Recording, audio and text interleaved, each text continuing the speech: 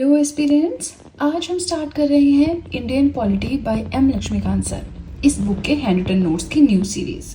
तो देखिए, हम पूरी लक्ष्मीकांत पढ़ेंगे, हर एक चीज़ मैं आपको पढ़ाऊंगी थ्रू हैंड रिटन नोट्स ही पढ़ाऊंगी। लेकिन इस बार जो मैं आपको हैंड रिटन नोट्स प्रोवाइड करवाऊंगी वो उतने ज़्यादा लेंथी नहीं होंगे जितने नॉर्मली मैं बनाती हूँ, क्योंकि आपको ये चीज़ तो पता होगी कि एम लक्ष्मीकांत बहुत ही ज़्यादा मोटी बुक है। तो अगर वैसे ही प्रॉपर लाइंस में मैं नोट्स बनाने लग गई तो एक तरह से एक नई लक्ष्मीकांत की नोटबुक ही बन के तैयार हो जाएगी, वो तो पूरी की पूरी कॉपी हो जाएगी। तो हम काफ़ी शॉर्ट में नोट्स बनाएंगे। कोशिश करूंगी कि हर एक चैप्टर चाहे जितना मर्जी लेंथी हो उसके 4 या 5 पेजेस से ज़्यादा नोट्स ना बने, और जो शॉर्ट चैप्टर हैं उनके 2 या 3 में नोट्स बन जाएं। ठीक है, तो अब आप अगर मुझे सपोर्ट करते हैं, इस सीरीज़ को प्यार देते हैं, तो मैं बहुत जल्द सारी वीडियोस लेकर आऊँगी। ठीक है ना, आज का हमारा फर्स्ट चैप्टर जो है that is historical background. Historical background माने आपने ये देखा होगा कि हम बहुत सारे एक्ट्स पढ़ते हैं, इस एक्ट के अंडर गवर्नर जनरल बने, इस एक्ट के अंडर वाइस रॉय बने, ये सब कुछ हम पढ़ते हैं। तो बस वही जो है हमारा जो फर्स्ट चैप्टर है ये उसी चीज़ से डील करता है। हिस्टोरिकल बैकग्राउंड माने हमारी हिस्ट्री में क्या क्या चीज़ें हुई जिससे कि हमारा कॉन्स्टिट्यूशन आज प्रेजेंट फॉर्म में इस तरह का है। ठीक है, अब ऐसा तो है नहीं कि फंडामेंटल ड्यूटीज एकदम से आ गए, फंडामेंटल राइट्स एकदम से आ गए, सिटीजनशिप एकदम से आ गया, कुछ ना कुछ चेंजेस हुए, तो उन चेंजेस को हमें पढ़ना है। ठीक है, वो आता है एक्ट्स के अंडर। अब इसके अंडर हम 2 चीज़ें पढ़ते हैं, एक रहता है हमारा द कंपनी रूल, एक रहता है हमारा the crown rule. Company rule के अंडर भी हम बहुत सारे एक्ट्स पढ़ते हैं, क्राउन रूल के अंडर भी हम बहुत सारे एक्ट्स पढ़ते हैं। बट ये कंपनी रूल होता क्या है, क्राउन रूल होता क्या है?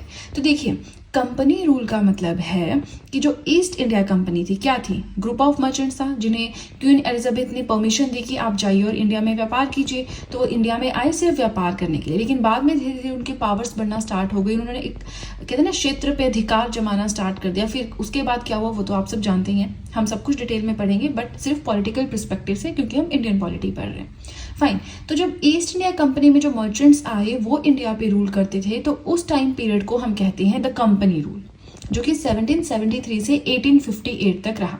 अब 1858 के बाद चला क्राउन रूल। इसका क्या मतलब है?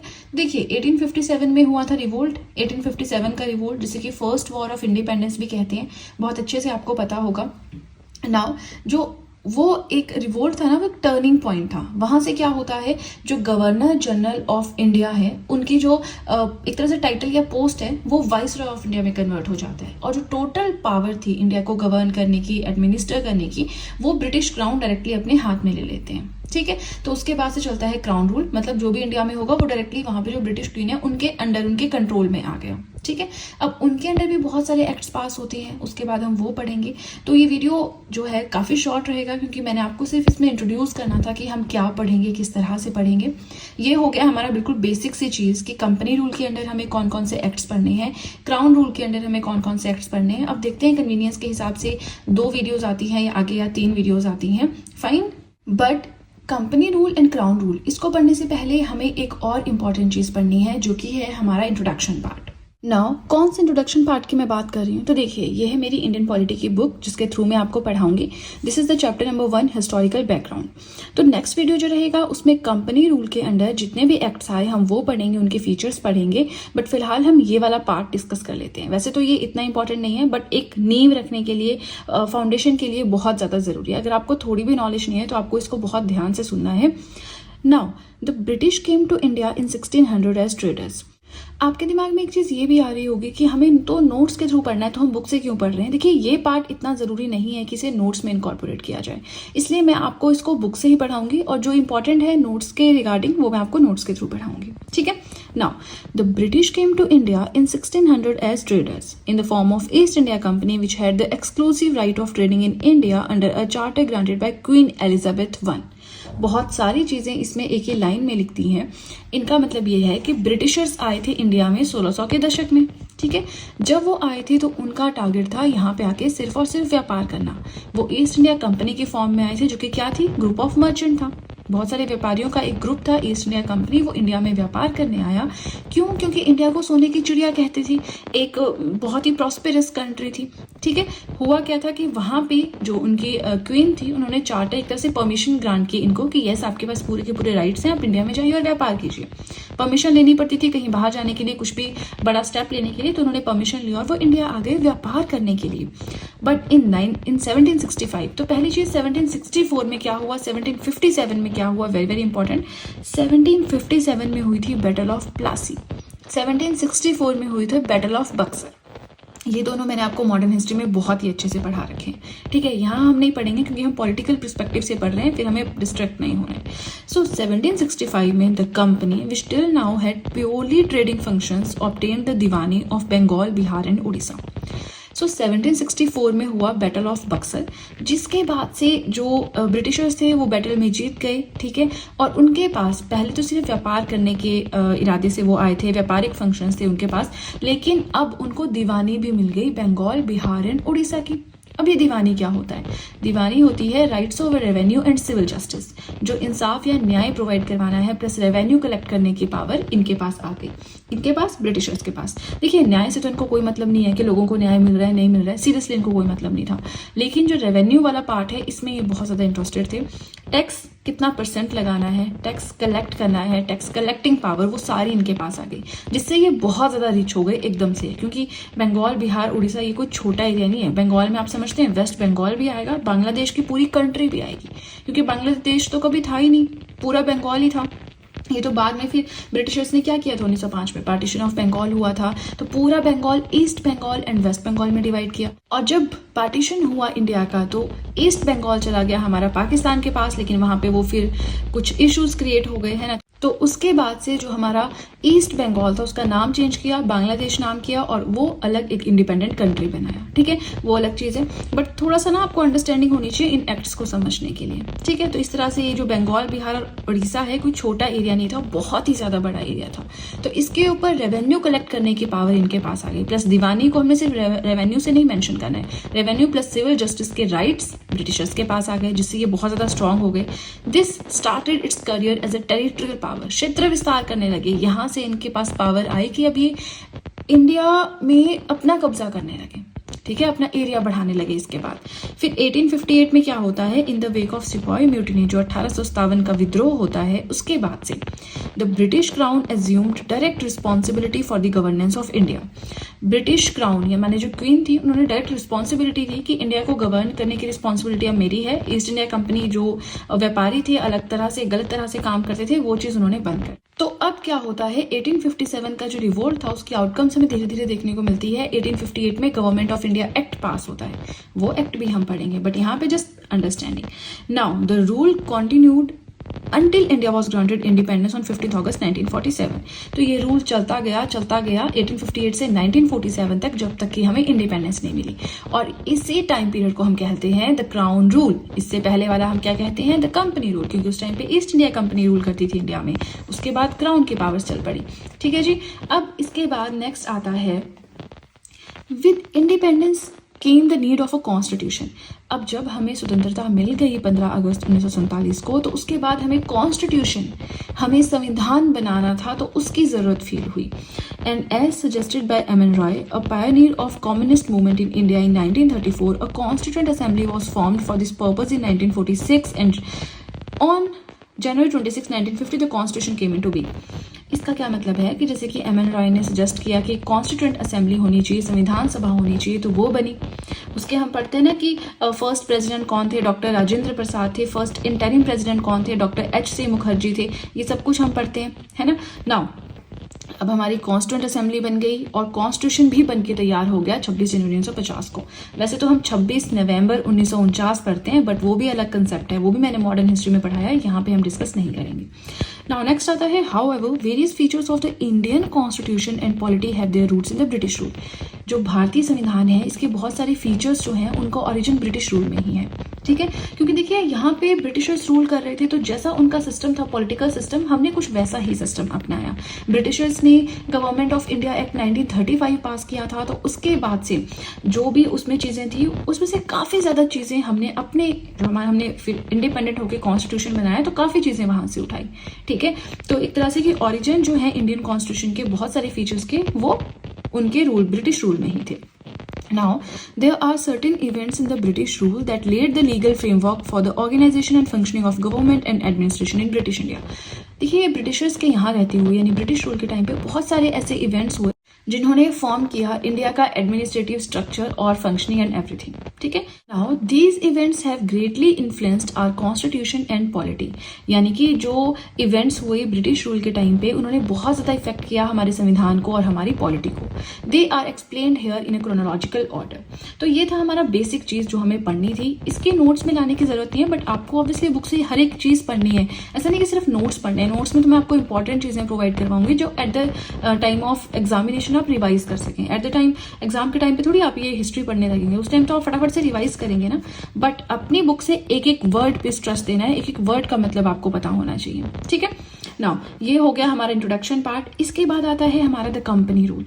कंपनी रूल में कौन कौन से आते हैं? रेगुलेटिंग एक्ट आता है, आपका पिट्स इंडिया एक्ट आता है, तो जो भी है वो मैं आपको नोट्स के थ्रू पढ़ाऊंगी।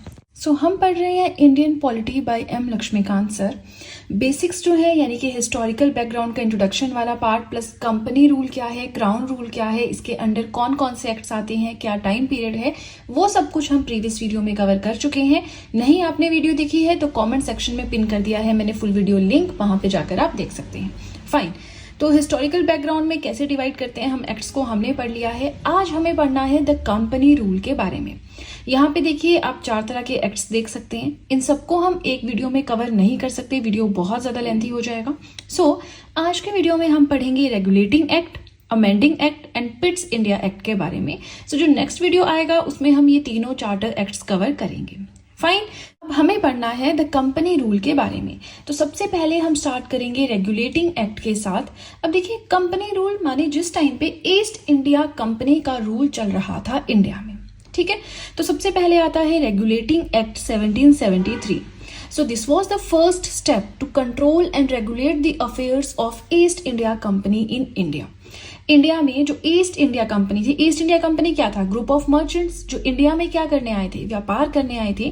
तो जो रेगुलेटिंग एक्ट है जो कि 1773 में आया, ये पहला स्टेप था जिसके थ्रू ईस्ट इंडिया कंपनी के जो फंक्शंस थे इंडिया में उन्हें कंट्रोल किया गया, उन्हें रेगुलेट किया गया। ठीक है, एक तरह से उन पे बंदिश लग गई। इससे पहले वो अपनी मनमानी करते थे, बट अब एक तरह से उन पे कंट्रोल करने वाली कोई पावर आ गई। ठीक है, ये आप समझ सकते हैं। सेकेंड इंपॉर्टेंट पॉइंट है इट रिकॉग्नाइज्ड, किसकी बात हो रही है? रेगुलेटिंग एक्ट की बात हो रही है। So it recognised for the first time the political and administrative functions of the company. सबसे पहली बार ऐसा हुआ कि ईस्ट इंडिया कंपनी की क्या पॉलिटिकल फंक्शंस हैं, क्या एडमिनिस्ट्रेटिव फंक्शंस हैं, उन्हें डिफाइन किया गया। जैसे कि पॉलिटिकल फंक्शंस में आता है to make laws and schemes and everything.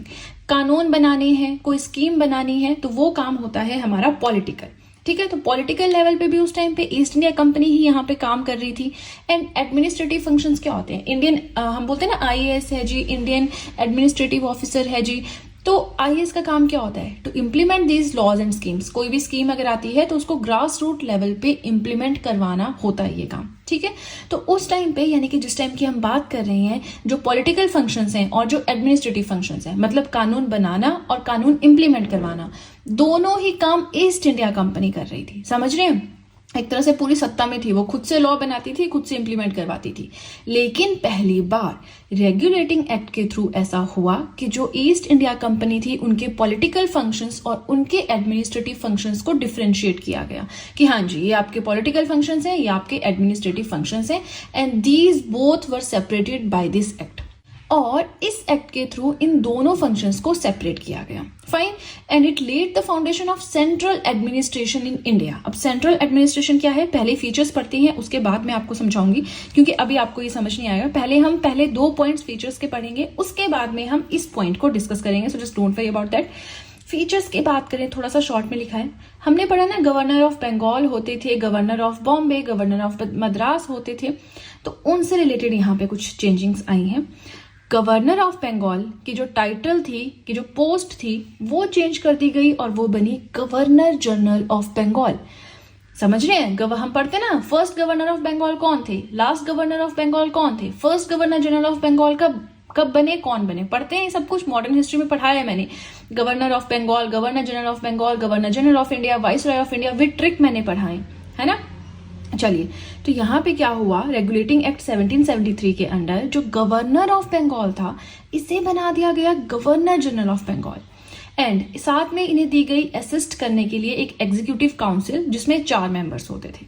समझ रहे हैं क्या हो रहा है? गवर्नर ऑफ बंगाल को गवर्नर जनरल ऑफ बंगाल बना दिया गया, साथ में असिस्टेंस के लिए उन्हें एक एग्जीक्यूटिव काउंसिल भी बनाकर दी गई जिसमें 4 मेंबर्स होते हैं। ठीक है, अब ये जो गवर्नर जनरल ऑफ बंगाल है, इनकी बात करें तो पहले ऐसे गवर्नर जनरल ऑफ बंगाल कौन थे, लॉर्ड वॉरेन हेस्टिंग्स थे।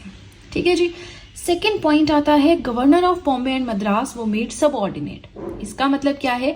इसका मतलब ये है कि देखिए, एक टाइम ऐसा था, यानी कि रेगुलेटिंग एक्ट से पहले की बात करें, 1773 से पहले की बात करें, तो governor of Bengal, governor of Bombay, governor of Madras, ये सारे इक्वल पोस्ट के होते थे। इनकी अपनी अपनी इंडिपेंडेंट पावर्स थी। ऐसा नहीं कि कोई बड़ा है कोई छोटा है, तीनों सेम लेवल के होते थे। लेकिन इस एक्ट के अंडर क्या हुआ, गवर्नर ऑफ बंगाल तो बन गए गवर्नर जनरल ऑफ बंगाल, जिससे जो governor of Bombay and Madras थे वो सबऑर्डिनेट हो गए, इनसे थोड़े छोटे हो गए। छोटे इन द सेंस कि अब governor of Bombay and governor of Madras दोनों रिपोर्ट करेंगे गवर्नर जनरल ऑफ बंगाल को। तो एक तरह से ये ऐसा कुछ करना चाह रहे थे कि हमारा एक ही रिप्रेजेंटेटिव है इंडिया में, कोई भी डिटेल अगर चाहिए वहां पे ब्रिटिशर्स को, तो वो गवर्नर जनरल ऑफ बंगाल से ही लेंगे। उनको कोई नहीं मतलब यहाँ पे क्या हो रहा है, वो डायरेक्टली रिपोर्ट करेंगे, या governor general of Bengal sorry वो डायरेक्टली रिपोर्ट करेगा ब्रिटिशर्स को। ठीक है, तो वही चीज यहाँ पे हो गई। अब जो governor of Bombay and governor of Madras थे वो सब ऑर्डिनेट बन गए, जबकि पहले वो इंडिपेंडेंट होते थे, उनकी अपनी पावर्स थी। खैर, बहुत ज्यादा पावर्स इनसे स्नैच नहीं की गई, बट अब ये सब ऑर्डिनेट हो गए थे, ये आपको समझना है। अब वापस चलते हैं, हमने ये पॉइंट छोड़ा था ना, क्या बोल रहा है ये point, that it laid the foundation of central administration in India. Central administration, centralisation क्या होता है कि एक ही इंसान के पास पावर है। डिसेंट्रलाइजेशन क्या होता है कि होम मिनिस्ट्री अलग है, एजुकेशन मिनिस्ट्री अलग है, फाइनेंस मिनिस्ट्री अलग है, एक्सटर्नल अफेयर्स मिनिस्ट्री अलग है, फॉरेन अफेयर मिनिस्ट्री अलग है, रेलवेज की मिनिस्ट्री अलग है, रोड नेटवर्क अलग है। इस तरह से डिसेंट्रलाइजेशन होता है कि हर एक काम के लिए एक इंसान हेड है। सेंट्रलाइजेशन होता है कि एक ही पर्सन है जो हेड है, हर एक काम वो ही संभालेगा, उसने अपने अंडर सबऑर्डिनेट्स रखे हैं बट हेड वही है। तो यहाँ पे सेंट्रलाइजेशन आ गई प्रशासन के अंडर, एडमिनिस्ट्रेशन के अंडर, क्योंकि ब्रिटिशर्स का एक ही रिप्रेजेंटेटिव बचा, गवर्नर जनरल ऑफ बंगाल। फिर उसके अंडर आते हैं governor of Bombay, governor of Madras and everything. ठीक है, तो ये आपको समझ आ गया कि सेंट्रल एडमिनिस्ट्रेशन कैसे हुआ इंडिया का। ठीक है, नाउ फीचर्स में हम थर्ड पॉइंट देखते हैं, establishment of supreme court at Calcutta. Calcutta में सुप्रीम कोर्ट बना 1774 में, जिसमें उस टाइम पे एक चीफ जस्टिस और 3 जजेस जो हैं वो फिक्स किए गए थे कि होंगे। ठीक है, फोर्थ पॉइंट अगर हम देखें, prohibition on company servants. Company के सर्वेंट्स हैं जो ईस्ट इंडिया कंपनी के अंडर वर्क करते हैं, उन पे एक तरह से बैन लगाया गया कि आप किसी से प्रेजेंट नहीं लेंगे, किसी से ब्राइब नहीं लेंगे। मतलब जो इंडिया में लोकल लोग हैं उनसे आप रिश्वत नहीं लोगे, घूसखोरी नहीं करोगे, और ना ही कोई गिफ्ट के नाम पे कुछ लोगे। बोलते हैं ना, अरे ये रिश्वत नहीं है तो गिफ्ट है ना, तो वो चीज भी आप नहीं करोगे। सेकेंडली, आप कंपनी, आप ईस्ट इंडिया कंपनी के लिए काम कर रही हैं तो आप ईस्ट इंडिया कंपनी के लिए ही काम करेंगे, कोई प्राइवेट ट्रेड, कोई अपना पर्सनल व्यापार आप इंडिया में नहीं करेंगे। ये एक तरह से बैन या प्रोहिबिट किया कंपनी के सर्वेंट्स को ये 2 चीजें करने से। फाइन। फिफ्थ पॉइंट यानी कि रेगुलेटिंग एक्ट का लास्ट पॉइंट है कोर्ट ऑफ डायरेक्टर्स। अब कोर्ट ऑफ डायरेक्टर्स की पावर ना थोड़ी बढ़ा दी, उनको थोड़ा सुप्रीम बना दिया यहाँ पे। क्यों? क्योंकि कोर्ट ऑफ डायरेक्टर्स को क्या काम दिया गया, to report on its revenue, civil and military affairs in India. East India Company किस तरह से रेवेन्यू कलेक्शन कर रही है, किस तरह से सिविल मैटर्स को सॉल्व कर रही है, किस तरह से मिलिट्री अफेयर्स को सॉल्व कर रही है, ये सारा का सारा काम दिया गया कोर्ट ऑफ डायरेक्टर्स को। और कोर्ट ऑफ डायरेक्टर क्या करेगा, इस सब की स्टडी करेगा, स्टडी तो क्या, इस सबका डेटा कलेक्ट करेगा और रिपोर्ट करेगा इन चीजों के बारे में डायरेक्टली ब्रिटिशर्स को।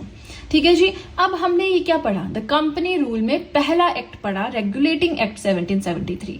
अब आपसे रिक्वेस्ट है कि अगर आपने जस्ट प्रिपरेशन स्टार्ट की है या आपने लक्ष्मीकांत एक बार भी नहीं पढ़ी है तो आप मेरे इस थ्योरी को पूरा एक बार समझें, सुने, उसके बाद बुक की ओर जाएं। अगर आपको लगता है कि आपको नोट्स बनाने की जरूरत है तो आप नोट्स बनाएं। अगर आपको लगता है कि नहीं मैं नोट्स नहीं बना सकता, मेरे पास इतना टाइम नहीं है, तो वो आपकी कंप्लीट आपके डिस्क्रिप्शन पे है कि आपको पसंद है नोट्स बनाना या नहीं पसंद है। बट यहाँ पे लक्ष्मीकांत की एक एक जो लाइन है उसको एक्सप्लेन करने की, बहुत अच्छे से एक्सप्लेन करने की मैं कोशिश करूंगी। तो अगर आपको कहीं भी इशू आ रहा है, आप मेरे नोट्स को सुनिए कि मैं क्या पढ़ा रही हूँ, किस तरह से पढ़ा रही हूँ। उसके बाद आप एक बार जो है देखिए, उसके बाद अगर आप देखेंगे ना रेगुलेटिंग एक्ट आप पढ़ेंगे, तो मुझे नहीं लगता आपको एक भी लाइन में कहीं पे प्रॉब्लम आएगी, क्योंकि एक एक लाइन में जो भी इंपॉर्टेंट चीजें हैं वो मैंने यहाँ पे डिस्कस की हैं। फाइन। अब देखिए, ये हमारा फर्स्ट पेज हुआ कंप्लीट। हमें पढ़ना क्या है? हमें पढ़ना है द कंपनी रूल के बारे में, जिसमें मैंने कहा कि आज हम 3 एक्ट्स पढ़ेंगे। सो रेगुलेटिंग एक्ट हो गया हमारा कंप्लीट। अब बाकी के 2 एक्ट्स बचते हैं जो कि हम नेक्स्ट पेज पे पढ़ेंगे। इसी के साथ आपसे रिक्वेस्ट है कि वीडियो पसंद आ रही हो तो लाइक जरूर कीजिएगा। नेक्स्ट आता है अमेंडिंग एक्ट ऑफ 1781। इसे एक्ट ऑफ सेटलमेंट भी कहा जाता है, क्योंकि जो 1773 का रेगुलेटिंग एक्ट आया था उसमें जो कमी पेशी थी उसको और अच्छे से यहाँ पे एक्सप्लेन किया गया। फीचर्स की बात करें तो फर्स्ट पॉइंट आता है exemption from the jurisdiction of supreme court. हमने रेगुलेटिंग एक्ट में क्या पढ़ा कि सुप्रीम कोर्ट कलकत्ता में बना 1774 में, जिसमें 1 चीफ जस्टिस और 3 जो है अदर जजेस, ये फिक्स किया गया कि होंगे। अब ये जो अमेंडिंग एक्ट आया 1781 का, इसने क्या डिसाइड किया कि जो सुप्रीम कोर्ट की पावर है, कि जो सुप्रीम कोर्ट की जुरिस्डिक्शन है वो किस किस पे नहीं चलेगी। देखिए, सुप्रीम कोर्ट को अगर हर तरह की पावर दे देंगे तब तो वो बहुत ज्यादा पावरफुल हो जाएगा, फिर तो इंडिया में अपना ही रूल आ गया है ना। ब्रिटिशर्स का क्या रूल रहा? तो इन्होंने क्या किया, सुप्रीम कोर्ट बनाया कि वो अपने ऑब्वियसली सिविल मैटर्स है, क्रिमिनल मैटर्स है, उनको देखेगा, लेकिन कुछ ऐसी चीजों पर छूट दी गई। क्या चीजें हैं वो इस एक्ट में डिस्कस की गई हैं। For the acts done in the official capacity of, exemption किसको मिली? कोई भी इनमें से कोई भी अगर अपने ऑफिशियल ड्यूटी कर रहा है, ऑफिशियल ड्यूटी यानी कि अपनी ऑफिशियल कैपेसिटी के अंडर कोई भी काम करता है, जैसे कि गवर्नर जनरल ऑफ बंगाल है, अगर वो कोई भी काम कर रहा है अपनी ऑफिशियल कैपेसिटी के अंडर, अपने ऑफिशियल वर्क कर रहा है, तो उसके ऊपर सुप्रीम कोर्ट नहीं पूछ सकता कि ये काम कैसे हुआ, ये चीज तो गलत है, आपको नहीं करनी चाहिए थी, इसके ऊपर एक्शन लिया जा सकता है। तो सुप्रीम कोर्ट के पास इतनी पावर है ही नहीं, वो कुछ कर ही नहीं सकता। ठीक है, ये उस टाइम पे हुआ था। सो एग्जम्पशन यहाँ पे सिर्फ गवर्नर जनरल ऑफ बंगाल को नहीं मिली, उसकी जो काउंसिल थी, जो हम पढ़ते हैं ना executive council, governor general in council आप इन्हें बोल सकते हैं, इन्हें भी एग्जम्पशन मिली। Servants of the company, East India Company के अंदर जो भी काम कर रहे हैं, जो उसके सर्वेंट्स हैं, उनको भी एग्जम्पशन मिली, क्योंकि काम सर्वेंट्स क्या करेंगे, जो गवर्नर जनरल ऑफ बंगाल बोलेगा अपने सबऑर्डिनेट्स को और वो बोलेंगे सर्वेंट्स को, सर्वेंट्स तो वही काम करेंगे। तो अपनी ऑफिशियल कैपेसिटी के अंडर ये 3 लोग जो भी काम करेंगे इन पे क्वेश्चनिंग नहीं होगी। लेकिन सर्वेंट्स अगर अपनी प्राइवेट कैपेसिटी में अगर अलग से किसी का मर्डर कर देता है, जाके चोरी चकारी करता है, तब तो ऑब्वियसली उसके ऊपर एक्शन होगा। बट गवर्नमेंट के अंडर अगर कोई ऐसी चीज कर रहा है जो गलत भी है, फिर भी सुप्रीम कोर्ट उसको नहीं पूछ सकता कि आपने ऐसा कैसे किया, क्योंकि जुरिस्डिक्शन ही नहीं है ना। प्लस इसके अलावा एक चीज और, revenue matters and collection of revenue. Revenue matters कहीं भी आए तो टैक्सेशन पावर समझ लेना, टैक्स लगाने की क्षमता, टैक्स को कलेक्ट करने की पावर। ठीक है, इसके ऊपर भी कोई क्वेश्चनिंग नहीं कर सकता था सुप्रीम कोर्ट। राइट, अब ये तो हमने पढ़ लिया कि सुप्रीम कोर्ट क्या नहीं कर सकता था, किस किस को छूट मिली है सुप्रीम कोर्ट की जुरिस्डिक्शन से। अब हम ये जानेंगे कि सुप्रीम कोर्ट की पावर किस किस के ऊपर चल सकती थी। ठीक है, but it had the complete control on the inhabitants of Calcutta. Calcutta के जो इनहेबिटेंट्स हैं, लोकल लोग हैं, उसके ऊपर पूरा का पूरा कंट्रोल था सुप्रीम कोर्ट का। कैसे? अब 2 तरह के मेन धर्म है, हिंदू है, मुस्लिम है। इसी के ऊपर तो पार्टीशन ऑफ बंगाल हुआ, क्योंकि ब्रिटिशर्स ने कहा बहुत बड़ी प्रोविंस है, हम नहीं हैंडल कर सकते, हिंदुओं को अलग स्टेट बनाकर दो, मुसलमानों को अलग स्टेट बनाकर दो। फिर हिंदुओं को वेस्ट बंगाल दिया, मुसलमानों को ईस्ट बंगाल दिया, जो कि आज की डेट में बांग्लादेश है। अलग स्टोरी है, वहां तक नहीं जाएंगे, धीरे धीरे जैसे जैसे समय आएगा हम डिस्कस करते चलेंगे। फिलहाल हम बात कर रहे हैं कि सुप्रीम कोर्ट किस किस को छूट मिली सुप्रीम कोर्ट की जुरिस्डिक्शन से। अब पढ़ेंगे किस किस के ऊपर कंट्रोल है सुप्रीम कोर्ट का। तो जो लोकल लोग थे कलकत्ता के, उनके ऊपर कंप्लीट कंट्रोल था सुप्रीम कोर्ट का, चाहे वो हिंदू है चाहे वो मुसलमान है। अब अगर किसी हिंदू का केस कलकत्ता के जो ये सुप्रीम कोर्ट है वहां पे जाता है, तो जो एक ना कि न्याय आएगा, या जो आंसर आएगा, या जो कहते हैं कि जजमेंट आएगी, judgement is the correct word, कि जो सुप्रीम कोर्ट जजमेंट देगा वो देगा हिंदू लॉ के हिसाब से हिंदुओं को, और मुस्लिम्स को जो जजमेंट देगा वो देगा मॉडर्न लॉ के हिसाब से। ठीक है, कंसेप्ट समझ आ गया फर्स्ट पॉइंट। सेकेंड पॉइंट आता है appeals from provincial courts. Provincial courts क्या होते हैं? जो प्रोविंसेस में होते थे। अब ऐसा तो नहीं था कि सुप्रीम कोर्ट आया तो इससे पहले न्याय नहीं मिलता था, हाँ लोकल लेवल पे न्याय मिलता था। प्रोविंशियल कोर्ट थे, न्याय देने के लिए अलग अलग न्यायालय थे। ठीक है, तो अब ये जो प्रोविंशियल कोर्ट्स थे, अगर यहाँ पे कोई जजमेंट आई, जो विक्टिम है या फिर जिसने वो फाइल की थी FIR या जो भी हम कहते हैं ना, रिपोर्ट फाइल की थी, वो सेटिस्फाइड नहीं है कि जो भी हुआ ये गलत है, मैं नहीं सेटिस्फाइड हूं उससे, तो वो आगे कहाँ जाएगा? वो सुप्रीम कोर्ट नहीं जा सकता था डायरेक्टली, ठीक है जी, वो सुप्रीम कोर्ट नहीं जा सकता था, वो जाएगा आपका गवर्नर जनरल इन काउंसिल के पास। गवर्नर जनरल इन काउंसिल माने क्या, जो गवर्नर जनरल ऑफ बंगाल है इनकी काउंसिल के पास जाएगा, वो सुप्रीम कोर्ट नहीं जाएगा। आज की डेट में क्या होता है, डिस्ट्रिक्ट में डिस्ट्रिक्ट कोर्ट होता है, पूरे स्टेट में हाई कोर्ट होता है, फिर उसके बाद सुप्रीम कोर्ट होता है। पहले आपका केस डिस्ट्रिक्ट कोर्ट में जाता है, आप नहीं सेटिस्फाइड हो, जो भी जजमेंट आई आप हाई कोर्ट में अपील करते हो, हाई कोर्ट के भी जजमेंट से आप खुश नहीं हो, आप सुप्रीम कोर्ट में अपील करते हो, सुप्रीम कोर्ट की जो भी जजमेंट होगी आपको माननी पड़ेगी। लेकिन उस टाइम पे ऐसा नहीं था, ये जो एपिलेट जुरिस्डिक्शन थी किसी भी कोर्ट की, वो थी गवर्नर जनरल इन काउंसिल के पास, ना कि सुप्रीम कोर्ट के पास। फाइन। थर्ड पॉइंट आता है गवर्नर जनरल इन काउंसिल। अब गवर्नर जनरल ऑफ बंगाल की जो काउंसिल थी उनकी बात कर रहे हैं कि उनके पास किस तरह की पावर्स थी, to frame regulations for provincial courts. Provincial court से रिलेटेड कोई भी लॉ बनाना है, कानून बनाना है, तो पावर किसके पास जाएगी, गवर्नर जनरल इन काउंसिल के पास। फाइन। तो चलिए कमेंट सेक्शन में जरूर बताएं अमेंडिंग एक्ट समझ आया या नहीं आया, कहीं भी कोई इशू है मुझे बताएं, मैं साथ में वीडियो एक और लेकर आऊंगी जहां भी आपका डाउट रहता है। बट एक बार कंप्लीट हो गया फिर उसके बाद वापस ही आने का कोई रास्ता नहीं है ना। जब हम आगे चले जाएंगे फिर हम इसके ऊपर फिर से डिस्कशन नहीं कर सकते, क्योंकि पेस खराब होता है, मुझे भी खुद से स्टडी करना होता है, तो थोड़ा सा एक होता है ना कि रूटीन खराब हो जाती है। नाउ नेक्स्ट हमें जो पढ़ना है वो है Pitt's India act of 1784, very very important act, ठीक है। इसके फीचर्स अब हम डिस्कस करेंगे। देखिए अगर आपको लगता है कि समझ में आ रहा है, ठीक है, तो नोट्स जरूर बनाएं, मैं तो ये रिकमेंड करूंगी। बट अगर आपको लगता है कि नहीं मेरे पास इतना टाइम नहीं है, मैं नहीं बना सकता, that is completely your choice. जैसे ही लक्ष्मीकांत की बुक मेरी कंप्लीट होगी आपको नोट्स भी अवेलेबल हो जाएंगे, बट काफी टाइम लगेगा क्योंकि मुझे खुद से पढ़ना होता है, अच्छे से रिप्रेजेंट करना होता है, थोड़ी बहुत सर्च भी करनी पड़ जाती है, ठीक है। नाउ पिट्स इंडिया एक्ट 1784 के फीचर्स हम पढ़ेंगे। तो यहाँ पे डिस्टिंग्विश किया गया commercial and political functions of the company. अब थोड़ा रिकॉल करें, रेगुलेटिंग एक्ट में हमने क्या पढ़ा था कि जो पॉलिटिकल फंक्शंस हैं और जो एडमिनिस्ट्रेटिव फंक्शंस हैं उनको रिकॉग्नाइज किया गया ईस्ट इंडिया कंपनी के। पिट्स इंडिया एक्ट में क्या किया गया, जो कमर्शियल एंड पॉलिटिकल फंक्शंस हैं ईस्ट इंडिया कंपनी के उन्हें डिस्टिंग्विश किया गया, ठीक है जी। कमर्शियल फंक्शंस कैसे होते हैं, ट्रेड करने आए हैं, व्यापार करने आए हैं, व्यापारिक फंक्शंस होते हैं। पॉलिटिकल फंक्शंस क्या होते हैं कि हर एक चीज में अपनी चलाने की, हाँ जी लॉज इस तरह से बनेंगे, लॉज इंप्लीमेंट इस तरह से होंगे, सारे पॉलिटिकल डिसीजंस खुद लेंगे, है ना, तो वो हो गए इनके political functions. Now commercial functions संभालने की पावर, जो ईस्ट इंडिया कंपनी के जो कमर्शियल फंक्शंस थे उनको संभालने की पावर दी गई कोर्ट ऑफ डायरेक्टर्स को। अब कोर्ट ऑफ डायरेक्टर किसको रिप्रेजेंट कर रहा है, ईस्ट इंडिया कंपनी को रिप्रेजेंट कर रहा है, लंदन में बैठा है और वहां पे ईस्ट इंडिया कंपनी को रिप्रेजेंट कर रहा है। सेकंड आता है पॉलिटिकल फंक्शंस। अब पॉलिटिकल फंक्शंस को कंट्रोल करना है, कोर्ट ऑफ डायरेक्टर्स तो पहले से बने हुए थे, उन्हें कमर्शियल फंक्शंस हैंडल करने का काम दे दिया गया। अब जो पॉलिटिकल फंक्शंस थे इनको हैंडल कौन करेगा, एक न्यू बॉडी बनाई गई, ठीक है, जिसे नाम दिया गया बोर्ड ऑफ कंट्रोल। अब बोर्ड ऑफ कंट्रोल जो है ये रिप्रेजेंट करेगा डायरेक्टली ब्रिटिश क्राउन को, ठीक है। तो एक तरह से यहाँ से पॉलिटिकल फंक्शंस सारे के सारे खींच ही लिए ईस्ट इंडिया कंपनी से ब्रिटिश क्राउन ने, है ना, लेकिन फिर भी व्यापार करने की पावर तो उनके पास थी ही। इससे क्या होता है, काफी ज्यादा जो पावर होती है ना ईस्ट इंडिया कंपनी की वो रिड्यूस हो जाती है। अब बोर्ड ऑफ कंट्रोल को सिर्फ पॉलिटिकल फंक्शंस नहीं दिए ईस्ट इंडिया कंपनी के, और कुछ भी दिया है, to supervise and direct all operations of, इन सबसे रिलेटेड जो भी ऑपरेशन है उनको सुपरवाइज करना, डायरेक्ट करने, ये काम जो है बोर्ड ऑफ कंट्रोल को दिया गया। इसमें आ गया आपका सिविल गवर्नमेंट है, मिलिट्री गवर्नमेंट है एंड रेवेन्यू अफेयर्स है।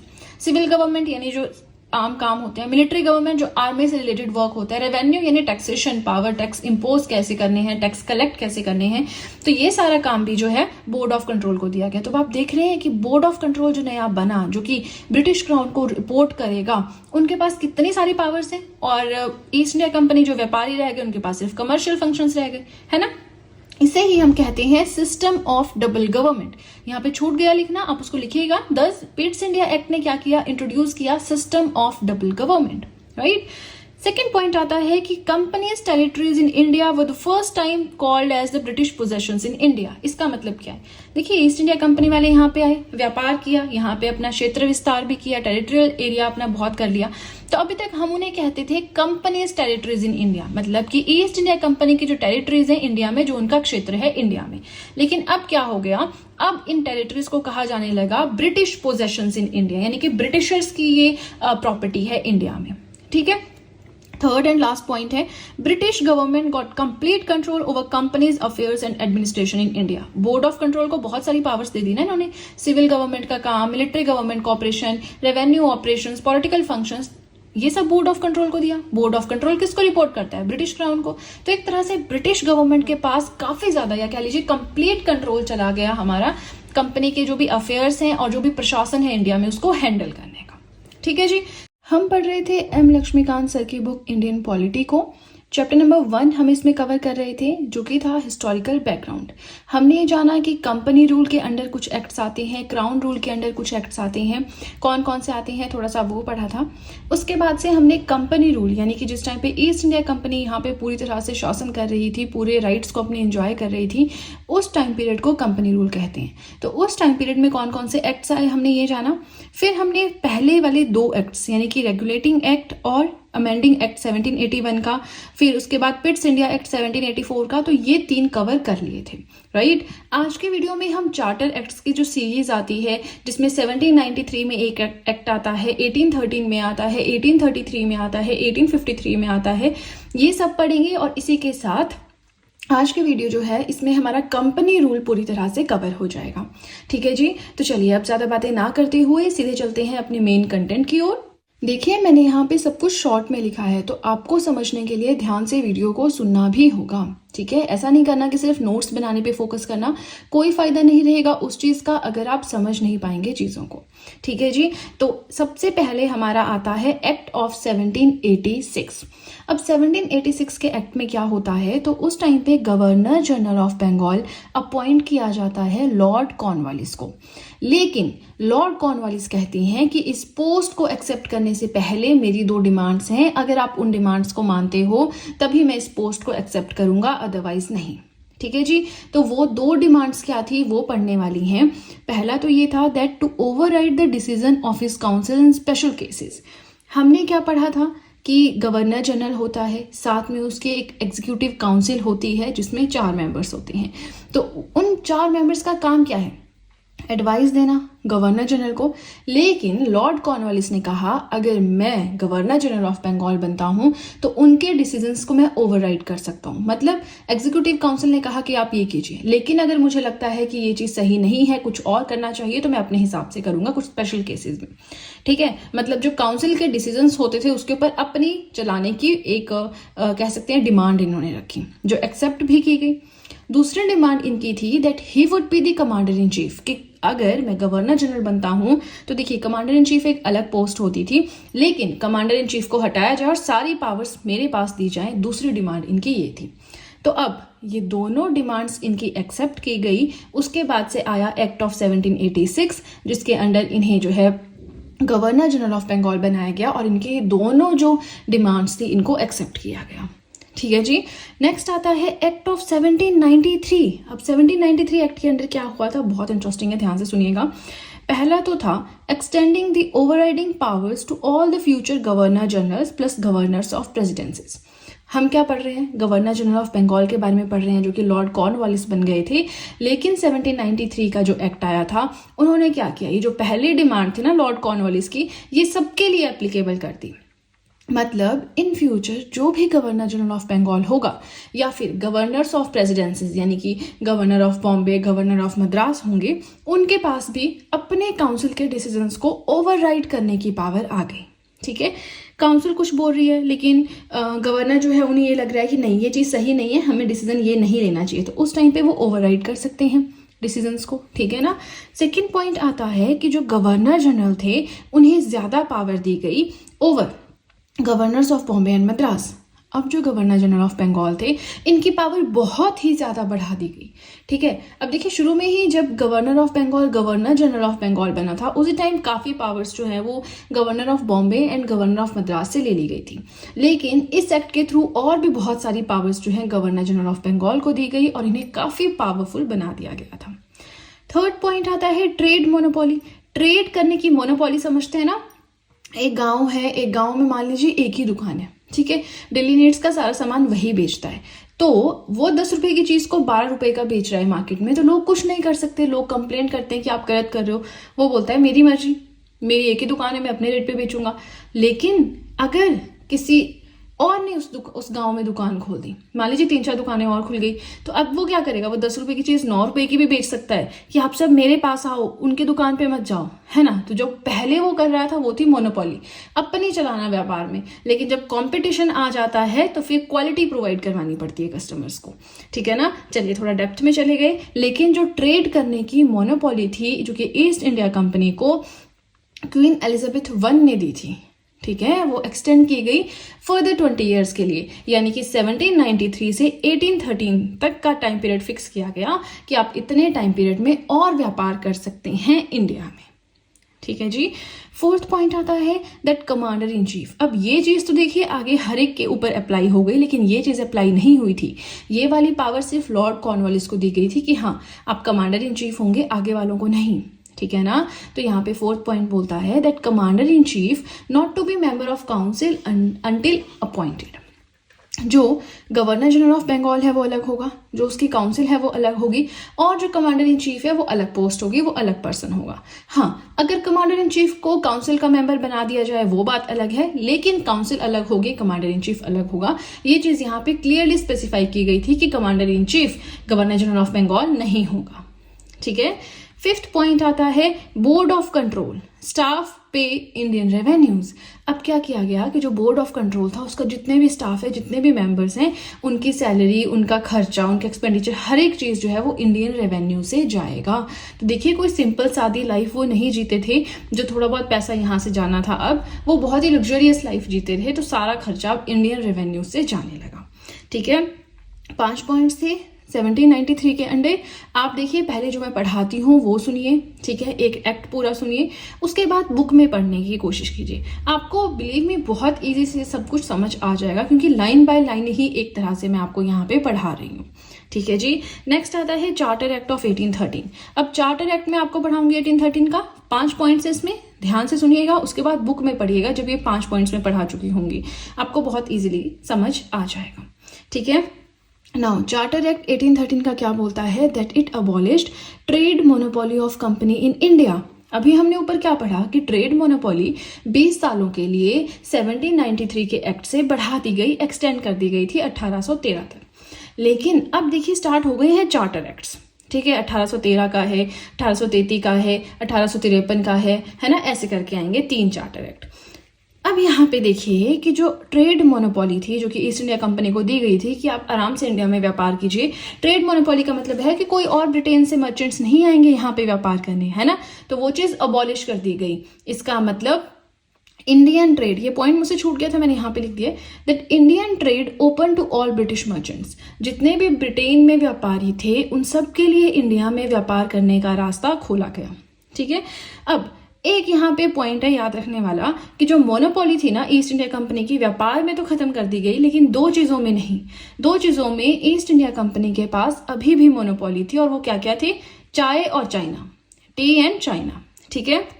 नाउ सेकेंड पॉइंट आता है असर्टेड दी सोवेनिटी।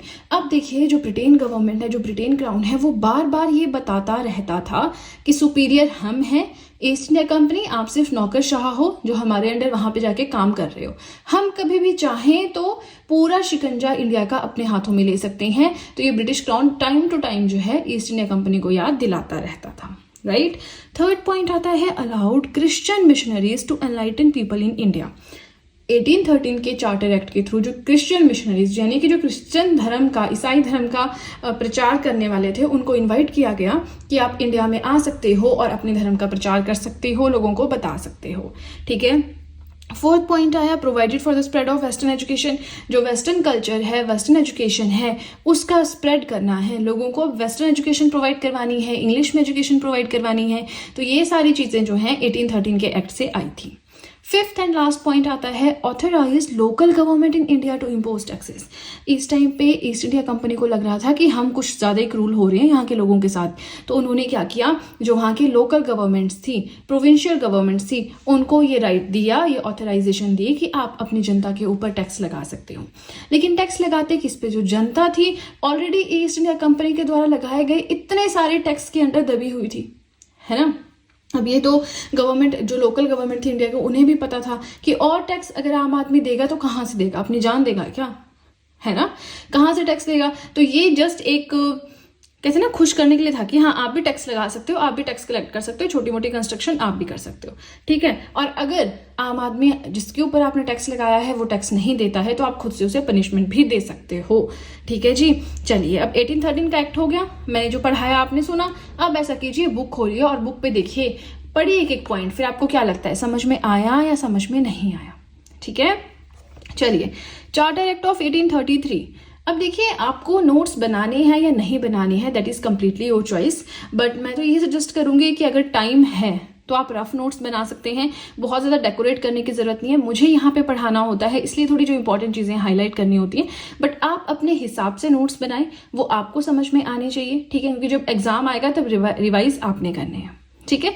मैं आपको फोर्स नहीं करूंगी कि नोट्स बनाए, कंप्लीटली आपकी चॉइस है, बट वीडियो की एक एक लाइन ध्यान से सुने क्योंकि मैं लाइन टू लाइन ट्रांसलेशन एक तरह से कर रही हूँ यहाँ पे, ठीक है। चलिए अब आ गया चार्टर एक्ट ऑफ 1833, ठीक है। तो यहाँ पे क्या हुआ, जो गवर्नर जनरल ऑफ बंगाल था वो बना दिया गया गवर्नर जनरल ऑफ इंडिया। तो ये एक्ट जो है it was a major step towards centralisation in India.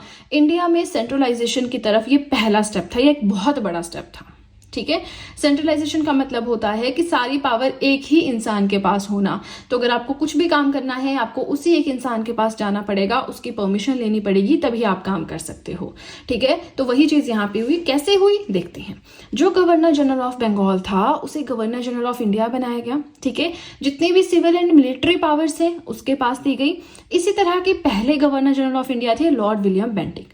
अब देखिए जैसे आज की डेट में प्राइम मिनिस्टर है ना, उसके अंडर पूरा इंडिया आता है, चाहे यूटीज हैं, चाहे स्टेट्स हैं, चाहे जो मर्जी है, ठीक है ना।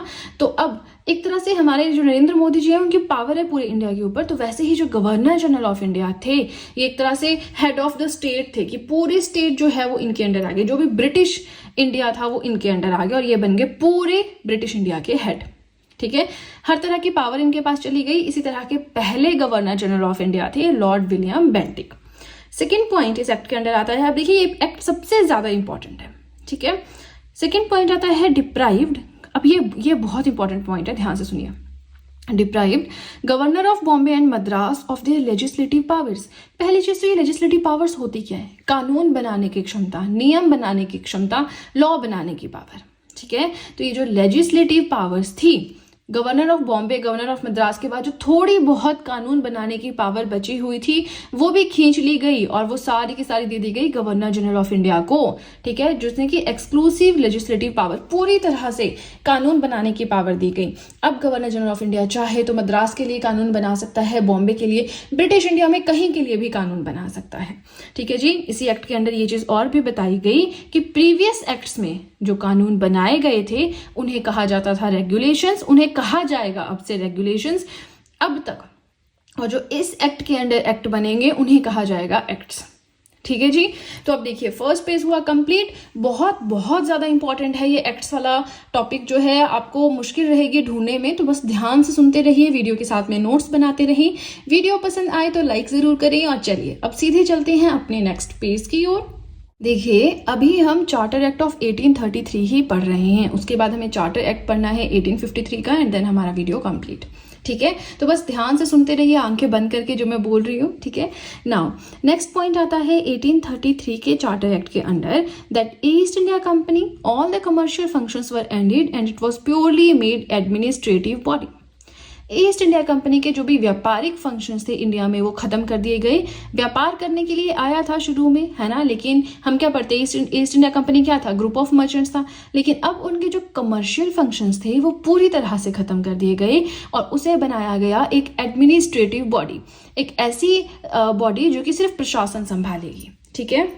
प्लस एक और बात याद दिलाई गई कि जो ईस्ट इंडिया कंपनी की टेरिटरीज हैं इंडिया में वो ब्रिटिश गवर्नमेंट की हैं, ब्रिटिश गवर्नमेंट कभी भी उस पर अपना कंट्रोल कर सकता है, तो ऐसा नहीं सोचना ये आपकी है, आप सिर्फ नौकरशाह हैं ब्रिटिश गवर्नमेंट के अंडर। ये चीज time to time East India Company के एम्प्लॉयज को याद दिलवाई जाती थी, ठीक है जी। लास्ट पॉइंट इसके अंडर आता है वेरी वेरी इंपॉर्टेंट, ये सक्सेसफुल नहीं हो सका लेकिन कोशिश की गई थी इसको सक्सेसफुल बनाने की, ठीक है। एक अटेम्प्ट किया गया जिसके थ्रू इंट्रोड्यूस किया जा सके a system of open competition. Open competition माने जो इंडियन सिविल सर्विसेज होती थी, ठीक है, उसमें अपॉइंटमेंट करनी है तो उसमें इंडियंस भी जो है उनको किसी पोस्ट पे आने से नहीं रोका जाएगा। वो टेस्ट दें किसी भी पोस्ट के अंडर, वो अगर एलिजिबल होते हैं, टेस्ट क्लियर करते हैं तो वो ज्वाइन कर सकते हैं under the east India company. लेकिन इस चीज़ को बहुत बड़ा ऑपोजिशन मिला कोर्ट ऑफ डायरेक्टर से, इसलिए ये चीज़ इंप्लीमेंट नहीं हो पाई। लेकिन यही चीज़ हम नेक्स्ट एक्ट में पढ़ेंगे, वहाँ पे ये चीज़ इंप्लीमेंट हो गई थी। ठीक है ना। नाउ हम पहुँच गए हैं आज के लास्ट एक्ट की ओर। बिलीव मी बहुत ज़्यादा इंपॉर्टेंट है, क्योंकि यहाँ से आप सोच भी नहीं सकते कितने सारे क्वेश्चंस बनते हैं। ठीक है जी, तो बस ध्यान से सुनते रहिए। वीडियो पसंद आए तो लाइक फटाफट से कर दें। अब आज का लास्ट एक्ट है charter act of 1853। Charter series का भी लास्ट एक्ट है और साथ में जो हम कंपनी रूल पढ़ रहे हैं उसका भी लास्ट एक्ट है। नेक्स्ट वीडियो से हम स्टार्ट करेंगे क्राउन रूल के बारे में। ठीक है जी। नाउ फर्स्ट फीचर क्या है इस एक्ट का, that governor general in council होती है। हमने शुरू में ही पढ़ लिया है कि गवर्नर ऑफ बंगाल है या गवर्नर जनरल ऑफ बंगाल है या गवर्नर जनरल ऑफ इंडिया है, इनकी एक एग्जीक्यूटिव काउंसिल बनाई गई थी, 4 लोग जिसमें होते थे, 4 मेंबर्स, और वो असिस्ट करते थे गवर्नर को।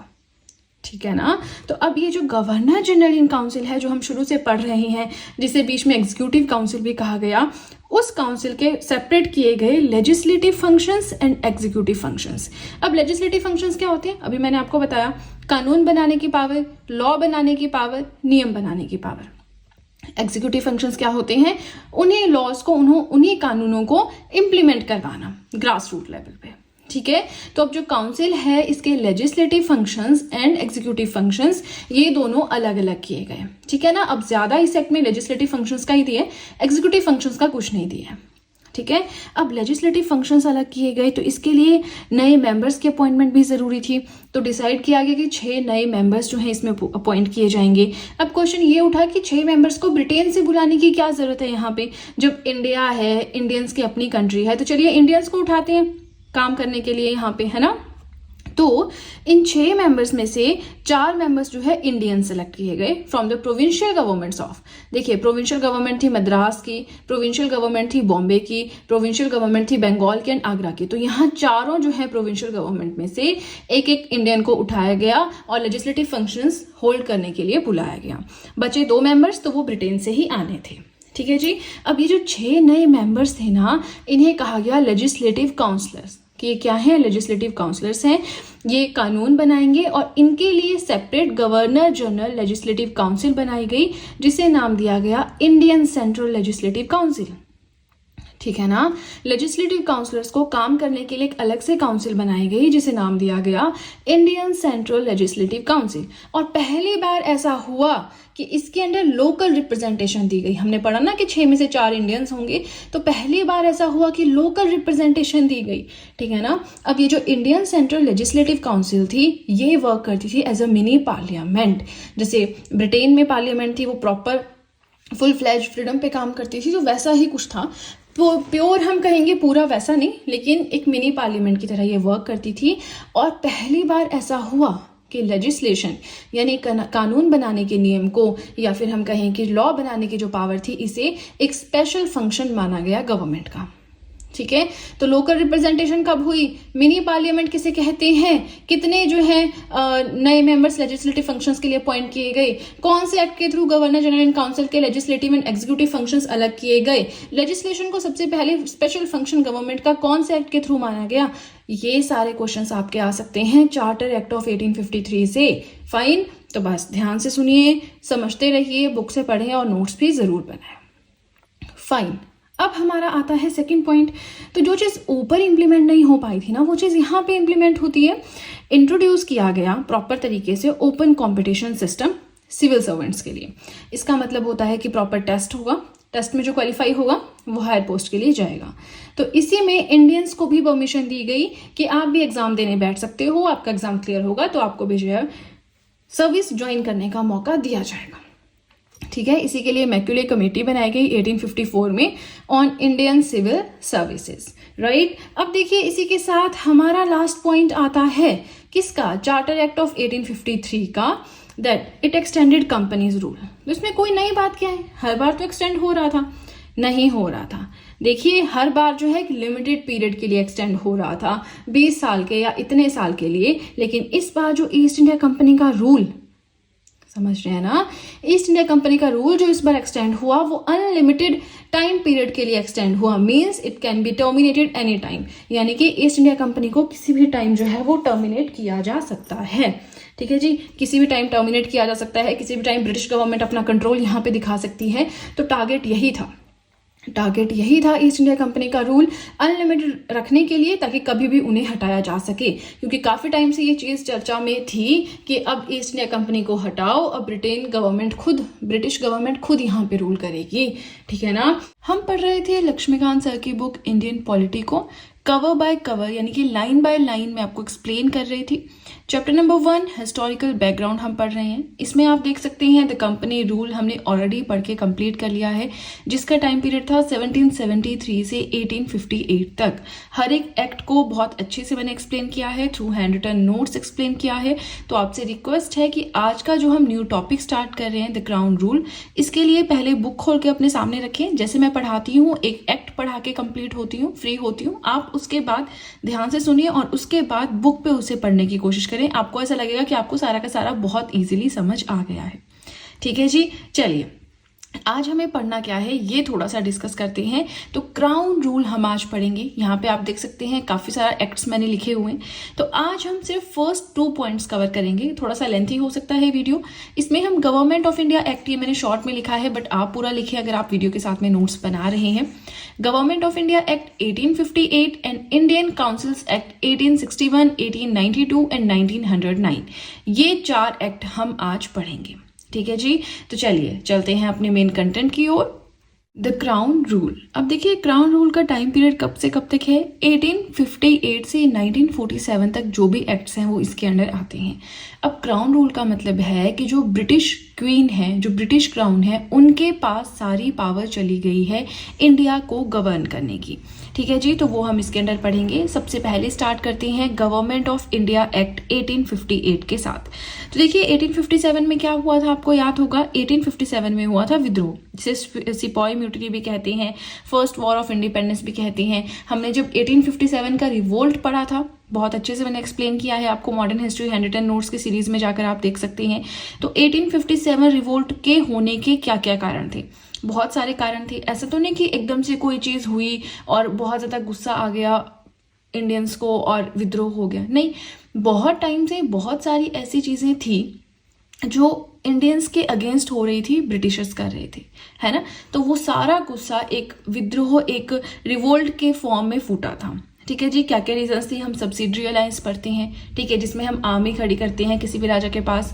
बहुत एक्सप्लेन करके नहीं बताऊंगी, बट थोड़ा सा आपको रीजंस जो है वो रिवाइज करवा देती हूँ। उसके अलावा हमने सब्सिडरी अलायंस पढ़ा। डॉक्ट्राइन ऑफ लैप्स था, लॉर्ड डलहौजी की रीति। उसमें क्या था कि अगर किसी राजा का अपना बेटा नहीं है ना, तो अपना बेटा नहीं है या फिर अपनी बेटी भी है तो भी वो आगे गवर्न नहीं कर सकते। और अगर राजा की डेथ हो जाती है तो वो ऑटोमेटिकली किसके पास आ जाता है? ब्रिटिशर्स के पास आ जाता है। अब जैसे झांसी की रानी लक्ष्मीबाई है, उनके हस्बैंड की जब डेथ हुई तो उनका कोई अपना बेटा नहीं था, गोद लिया हुआ बेटा था, है ना। हमने पूरी कहानी पढ़ी है वहां पे झांसी की रानी लक्ष्मीबाई की भी। तो अब क्या होता है कि ब्रिटिशर्स ने कहा नहीं, ये तो एडॉप्टेड सन है आपका, ये नहीं आप कंटिन्यू कर सकते। तो क्या हुआ फिर, वो भी जो है ब्रिटिशर्स अपने अंडर मिलाने की कोशिश कर रहे थे। बट फिर हम पढ़ते हैं ना, खूब लड़ी मर्दानी, वो तो झांसी वाली रानी थी, तो उन्होंने युद्ध किया। चलिए जो भी था, तो बहुत सारे ऐसे रीजंस थे कि 1857 का रिवोल्ट हुआ। कर लगा रहे थे, बहुत ज़्यादा कर जो है उन पर हो गए थे, बहुत सारी ऐसी चीज़ें थी, है ना। तो एकदम से गुस्सा फूटा और मेनली ये सेंट्रल इंडिया में और नॉर्दर्न इंडिया में आपको देखने को मिलेगा रिवोल्ट। जो दक्षिणी भारत है वहां तो कोई इफेक्ट पड़ा नहीं था ज़्यादा इसका, है ना। अब ब्रिटिशर्स ने क्या देखा कि इंडियंस के पास इतनी पावर आ गई, इंडियंस ऐसे जो प्रोविंसेस थी उनके पास भी इतनी पावर आ गई कि वो ब्रिटिशर्स के अगेंस्ट क्या कर रहे हैं, हथियार उठा रहे हैं, है ना। तो ये बहुत बड़ी बात हो गई। तो अब यहाँ पे एक नया स्टेप लिया गया। क्या किया गया? गवर्नमेंट ऑफ इंडिया एक्ट लाया गया 1858 का। इसे और क्या कहते हैं? Act for the good government of India. India में गवर्नमेंट थोड़ी और अच्छी की जा सके तो उसको, इसलिए ये एक्ट आया था। अब इस एक्ट को act for the good government of India भी कहते हैं, ये भी आपने याद रखना है, ठीक है। तो इस एक्ट के अंडर हुआ क्या था? मेन चीज ये थी कि अबॉलिश किया गया ईस्ट इंडिया कंपनी का रूल। तो देखिए ब्रिटिश क्राउन है, ब्रिटिश गवर्नमेंट है, बहुत टाइम से देख रही थी कि ईस्ट इंडिया कंपनी को हटाना है। तो अब क्या हुआ, जब ये रिवोल्ट हुआ तो इस चीज का सारा, कहते हैं ना कि जब चोरी होती है घर पे तो हम ऐसे इल्जाम लगाते हैं कि अरे उसने किया होगा, सच में चोर आए होंगे, हम ऐसा कुछ करते हैं ना, मतलब जैसे एग्जाम्पल है, तो हम किसी ना किसी पे इल्ज़ाम लगाते हैं, कोई भी चीज़ होती है। अगर महंगाई बहुत ज़्यादा हो गई है तो क्या करते हैं, एंटी मोदी पीपल, मोदी जी ने किया जी, पेट्रोल उन्होंने महंगा किया जी, हम उन पे इल्ज़ाम लगा, होता है ना, हमें कोई ना कोई चाहिए जिसके ऊपर हम सारा ब्लेम डाल सके। तो वैसा ही हुआ उस टाइम पे कि जब रिवोल्ट हुआ तो ब्रिटिश गवर्नमेंट ने सारा का सारा ब्लेम ईस्ट इंडिया कंपनी के ऊपर डाला। वो तो पहले से ही चाहते थे उन्हें रिमूव करना, इसलिए उन्हें रिमूव किया गया। मतलब east India Company which was a group of merchants पढ़ा है ना हमने, तो अब उनको रिमूव कर दिया गया, ठीक है। और पावर डायरेक्टली ट्रांसफर हुई टेरिटरीज समझते हैं, इंडिया का जो भी क्षेत्र जहां पे ईस्ट इंडिया कंपनी रूल कर रही थी, सारा revenue system everything was transfer to the British crown. लेकिन अब क्वीन, ब्रिटिश क्वीन वहां पे बैठ के यहाँ पे कैसे सब कुछ हैंडल करेगी, कोई ना कोई पर्सन चाहिए होगा ना इंडिया में जो हर एक चीज को मैनेज करे, तो बस वो सब हमें पढ़ना है, ठीक है जी। बहुत ही ज्यादा इंटरेस्टिंग है, बिल्कुल कहानी की फॉर्म में हम पढ़ेंगे तो आपको बिल्कुल ऐसा नहीं लगेगा, बोरियत फील नहीं होगी, बस ध्यान से सुनते रहिए, ठीक है जी। अब हम पढ़ेंगे फीचर्स। तो गवर्नमेंट ऑफ इंडिया एक्ट तो आप बहुत इजीली रिलेट कर सकते हैं, ठीक है जी। अब क्या हुआ, यहाँ पे गवर्नर जनरल ऑफ इंडिया को बनाया गया वाइसरॉय। अब देखिए, सबसे पहले था हमारे पास गवर्नर ऑफ बंगाल था ना, तो हमने रेगुलेटिंग एक्ट 1773 का पढ़ा। हमने क्या जाना कि जो गवर्नर ऑफ बंगाल थे उन्हें गवर्नर जनरल ऑफ बंगाल बनाया गया, और ऐसे ही पहले गवर्नर जनरल बंगाल के कौन थे, लॉर्ड विलियम बेंटिक। उसके बाद क्या होता है, उसके बाद जो गवर्नर जनरल ऑफ बंगाल थे उन्हें गवर्नर जनरल ऑफ इंडिया बनाया गया। किसके थ्रू बनाया गया, चार्टर एक्ट 1833 का, है ना, जिसमें सेंट्रलाइजेशन हुई थी, ठीक है जी। अब इस एक्ट में क्या हो रहा है कि जो गवर्नर जनरल ऑफ इंडिया है इन्हें वाइसरॉय बनाया गया, यानी पोस्ट, जब टाइटल चेंज होता है, पोस्ट चेंज होती है, तो पावर्स भी तो इंक्रीज होती है ना। रेगुलेटिंग एक्ट में क्या हुआ था, जो पावर्स थी governor of Bombay, governor of Madras, किसे दी गई, वो सीधे गवर्नर जनरल ऑफ बंगाल को। तो वही चीज यहाँ पे हो रही है ना, ध्यान से सुनते रहिए। और अगर आपने प्रीवियस एक्ट्स नहीं पढ़े हैं, आप डायरेक्टली इसी वीडियो पे आए हैं, तो प्रीवियस एक्ट्स जाकर जरूर देखें, अदरवाइज आपको समझ नहीं आएगा, प्रीवियस लेक्चर जरूर देखें। तो देखिए, गवर्नर जनरल ऑफ इंडिया की पोस्ट चेंज हो गई वाइसरॉय में। अब वाइसरॉय कौन था, दो चीजें आती हैं, एक आते हैं वाइसरॉय, एक आते हैं secretary for state of India, है ना, secretary of state for India. तो हम इन दोनों में कंफ्यूज होते हैं, कौन कहाँ पे बैठता था, कौन क्या था, तो दोनों का बहुत अच्छे से बताऊंगी। अब जो वाइसरॉय थे ना, he was the direct representative of British crown in India. British crown है, ब्रिटिश क्वीन है, ब्रिटिश गवर्नमेंट है, उनको इंडिया में रिप्रेजेंट करने वाले डायरेक्ट रिप्रेजेंटेटिव बैठे थे वाइसरॉय। और ऐसे ही पहले वाइसरॉय इंडिया के बने कौन, लॉर्ड कैनिंग बने, ठीक है जी। चलिए सेकंड पॉइंट हम देखते हैं। So it ended the system of double government. ये जो डबल गवर्नमेंट का सिस्टम था वो गवर्नमेंट ऑफ इंडिया एक्ट के अंडर खत्म हुआ। क्या था डबल गवर्नमेंट का सिस्टम, देखिए, बोर्ड ऑफ कंट्रोल था, कोर्ट ऑफ डायरेक्टर्स था। Court of directors commercial functions देखता था, board of control political affairs देखता था। तो जब दोनों जो है ब्रिटेन में बैठते थे तो दोनों के बीच में लड़ाई चलती रहती थी। एक ईस्ट इंडिया कंपनी को रिप्रेजेंट करता था, एक जो ये बोर्ड ऑफ कंट्रोल है ना, ये ब्रिटिश क्राउन को यानी ब्रिटिश गवर्नमेंट को रिप्रेजेंट करता था। जो ये हमारा कोर्ट ऑफ डायरेक्टर्स है, ये ईस्ट इंडिया कंपनी को रिप्रेजेंट करता था। तो हमेशा ईस्ट इंडिया कंपनी और ब्रिटिश गवर्नमेंट के बीच में थोड़ी थोड़ी लड़ाई चलती रहती थी कि हम इंडिया में रहेंगे, ये करेंगे, पावर से रिलेटेड। बट अब क्या है, ईस्ट इंडिया कंपनी ही हट गई और ये जो दोनों बोर्ड थे ये भी हट गए, ठीक है। इस तरह से जो ये डबल गवर्नमेंट का सिस्टम था ये खत्म हुआ। इंट्रोड्यूस कौन से एक्ट से हुआ था, पिट्स इंडिया एक्ट 1784 के थ्रू, ठीक है जी। थर्ड हमारा आता है न्यू पोस्ट क्रिएशन। अब नई पोस्ट भी क्रिएट की गई जिसे कहा गया secretary of state for India, लेकिन ये पोस्ट, ये पोजीशन, ये ऑफिस रहेगा आपका ब्रिटेन में। वाइसरॉय इंडिया में रहेगा, फिर secretary of state for India, लेकिन ये ब्रिटेन में रहेगा। ये ब्रिटेन में रह के वाइसरॉय को ऑर्डर्स देगा, वाइसरॉय वही चीज यहाँ पे इंप्लीमेंट करवाएगा। अब ये क्या ऑर्डर्स देगा, ये किसे रिपोर्ट करेगा, देखिए इंडिया में जो भी हो रहा है वाइसरॉय इंडिया में बैठेगा तो वाइसरॉय उस चीज को कंट्रोल करेगा। आगे वाइसरॉय अपनी रिपोर्ट सीधे क्राउन को जाके नहीं देगा, वाइसरॉय अपनी रिपोर्ट सीधे secretary of state for India को देगा। फिर सेक्रेटरी ऑफ स्टेट आगे जाएगा किसके पास, वो अभी हमें देखना है, ठीक है। चलिए, वीडियो के साथ में अगर नोट्स भी बना रही हैं बहुत अच्छी बात है, अगर आपको लिखने की आदत है बहुत अच्छी बात है, नहीं भी बना रहे हैं, बनाने में मुश्किल होती है, आई नो कुछ बच्चों को, तो कोई बात नहीं, आप बस वीडियो के साथ में पढ़ते रहें। नाउ थर्ड पॉइंट जो हमारा आता है वो ये है new post creation, secretary of state for India बने। अब इनके पास थी complete authority and control over Indian administration. Bharat का जो प्रशासन है उसको संभालने की पूरी अथॉरिटी, पूरा का पूरा कंट्रोल किसका था? Secretary of state for India का। ठीक है जी। अब ये जो है मेंबर ऑफ ब्रिटिश कैबिनेट, जो ब्रिटिश कैबिनेट थी उसके मेंबर थे। ठीक है, कैबिनेट समझते हैं? आज की डेट में कैबिनेट मिनिस्टर्स हम क्या किसको बोलते हैं, है ना? ये आप मुझे कमेंट सेक्शन में बताएंगे, क्योंकि पॉलिटी में ये चीज council of ministry, cabinet ministry, ये सब कुछ हम बहुत अच्छे से पढ़ चुके हैं, right? Now secretary of state for India, ये जो पोस्ट थी ये ब्रिटिश कैबिनेट का मेंबर होता था ये post, and responsible ultimately to the British parliament. अब वाइसरॉय रिपोर्ट करेगा secretary of state for India को, और ये एसओएस रिपोर्ट करेगा ब्रिटिश पार्लियामेंट को।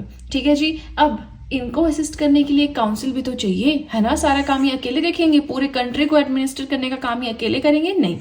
इसीलिए 15 मेंबर्स की एक काउंसिल बनाई गई। ठीक है जी, जिसके चेयरमैन कौन थे? Secretary of state for India. इनको जो है इस काउंसिल का चेयरमैन बनाया गया। ये जस्ट एक एडवाइजरी बॉडी थी। Secretary of state for India जो चाहे इनका डिसीजन मान सकते थे, ना चाहे ना मान सकते थे। अब 5th पॉइंट हमारा आता है, मैंने इसी में ऐड कर दिया है, that can take legal action in it. ये एक मतलब एक तरह से लीगल बॉडी हो गई थी, तो अगर ये कुछ गलत करती है तो इनके अगेंस्ट लीगल एक्शन लिया जा सकता था। ठीक है जी। तो अब हमने क्या पढ़ा? हमने गवर्नमेंट ऑफ इंडिया एक्ट बहुत ही ज्यादा अच्छे से पढ़ा। देखिए, अपनी तरफ से मेरी पूरी कोशिश है आपको अच्छे समझ में आए। अब आप मुझे कमेंट सेक्शन में बताएं समझ आया या नहीं। अब हम नेक्स्ट चलते हैं। अब देखिए हमारा एक्ट कंप्लीट हो गया। अब 2 मिनट के लिए वीडियो पॉज करें और पढ़ें, क्या मैंने वहां से जो पढ़ाया आपको समझ में आया या नहीं समझ में आया। ठीक है जी। तो देखिए ये जो एक्ट हमने पढ़ा ना, government of India act, next हम इंडियन काउंसिल एक्ट पढ़ेंगे।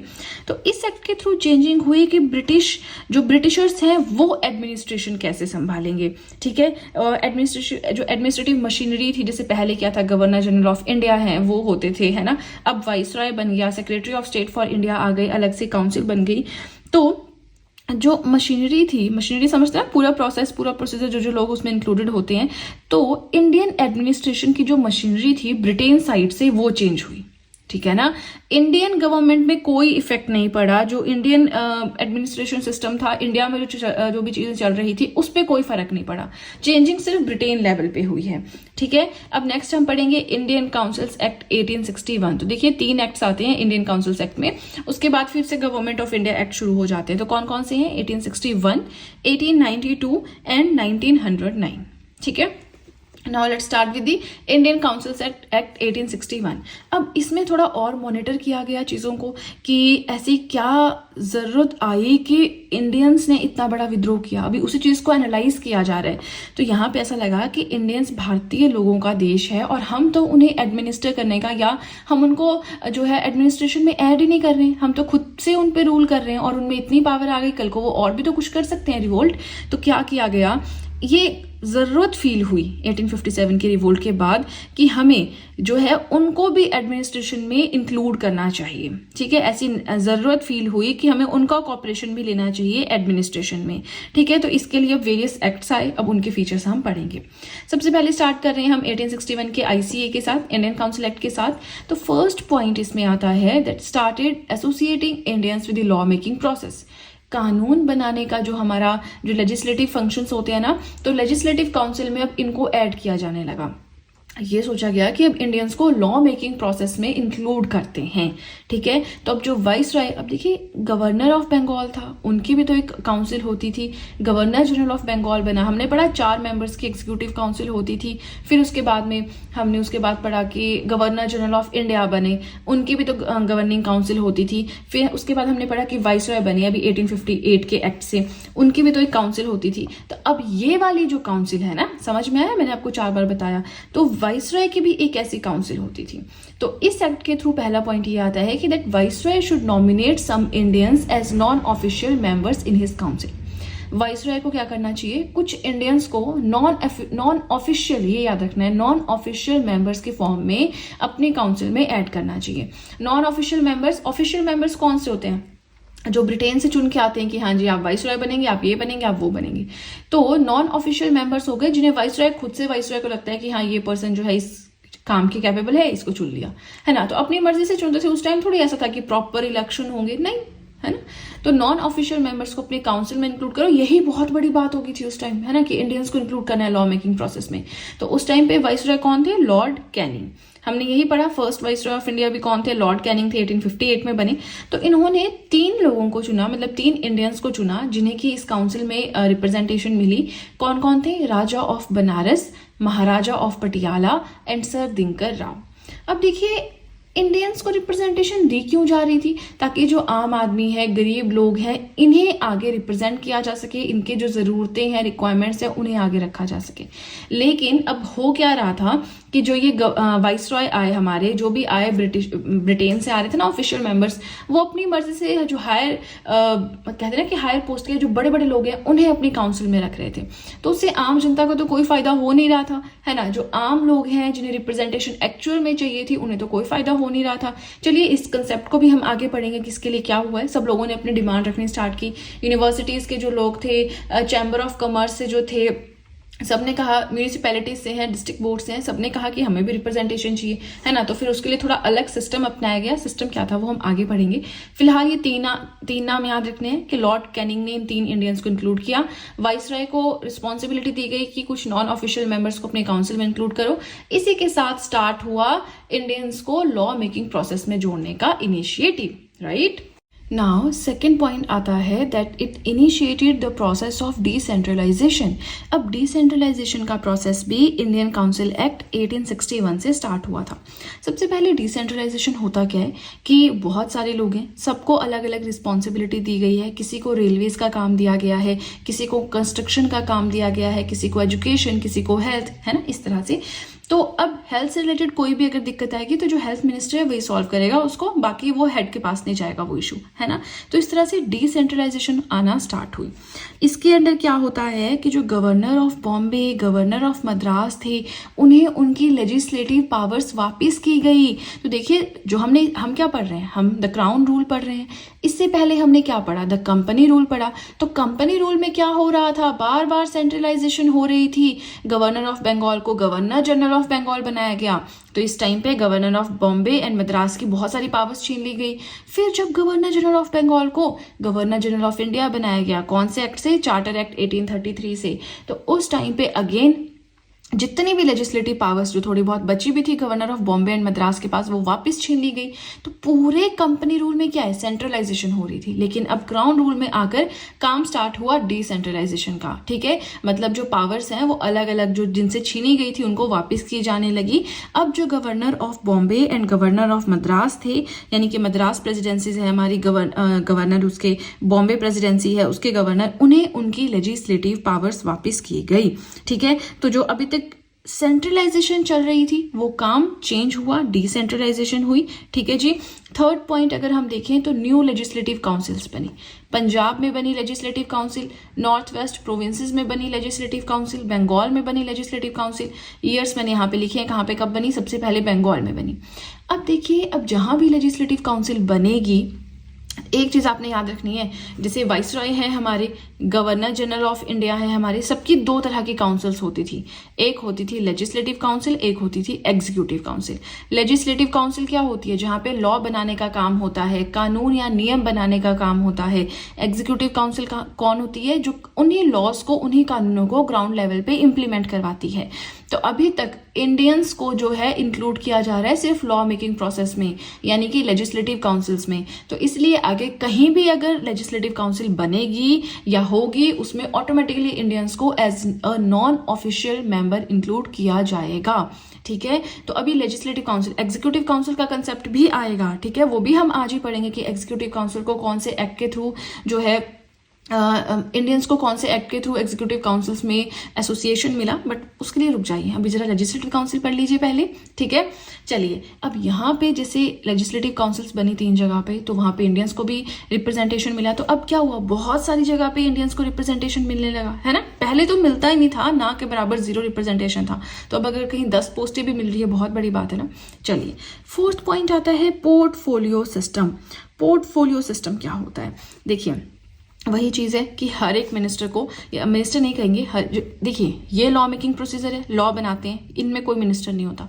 लेकिन जो एग्जीक्यूटिव काउंसिल है इसमें जो लोग होती हैं उनके पास मिनिस्ट्रीज होती हैं अपनी अपनी, हेल्थ है, एजुकेशन है, इस तरह से, ठीक है। देखिए ब्रिटेन में तो उस टाइम पे बढ़िया एस्टेब्लिश था सब कुछ, हर एक के पास अपनी अपनी मिनिस्ट्री होती थी, बट यहाँ ऐसा नहीं था, ठीक है। तो यहाँ पे हर एक पर्सन को एक चार्ज दिया गया, मिनिस्ट्री नहीं बोलेंगे, एक चार्ज दिया गया, किसी को हेल्थ का चार्ज, किसी को एजुकेशन का चार्ज, सभी तरह के अलग अलग चार्ज दिए गए। और कहा गया कि आपको अपने, अगर जैसे फॉर एग्जांपल मुझे कंस्ट्रक्शन या रोड्स का काम मिला है तो रोड से रिलेटेड फाइनल डिसीजन मैं ही लूंगी, मैं आगे वाइसरॉय के पास नहीं जाऊंगी उनसे परमिशन लेने, ठीक है। रोड्स का जो भी काम है मैं ही देखूंगी। तो इस तरह से जो है पोर्टफोलियो सिस्टम सामने आया।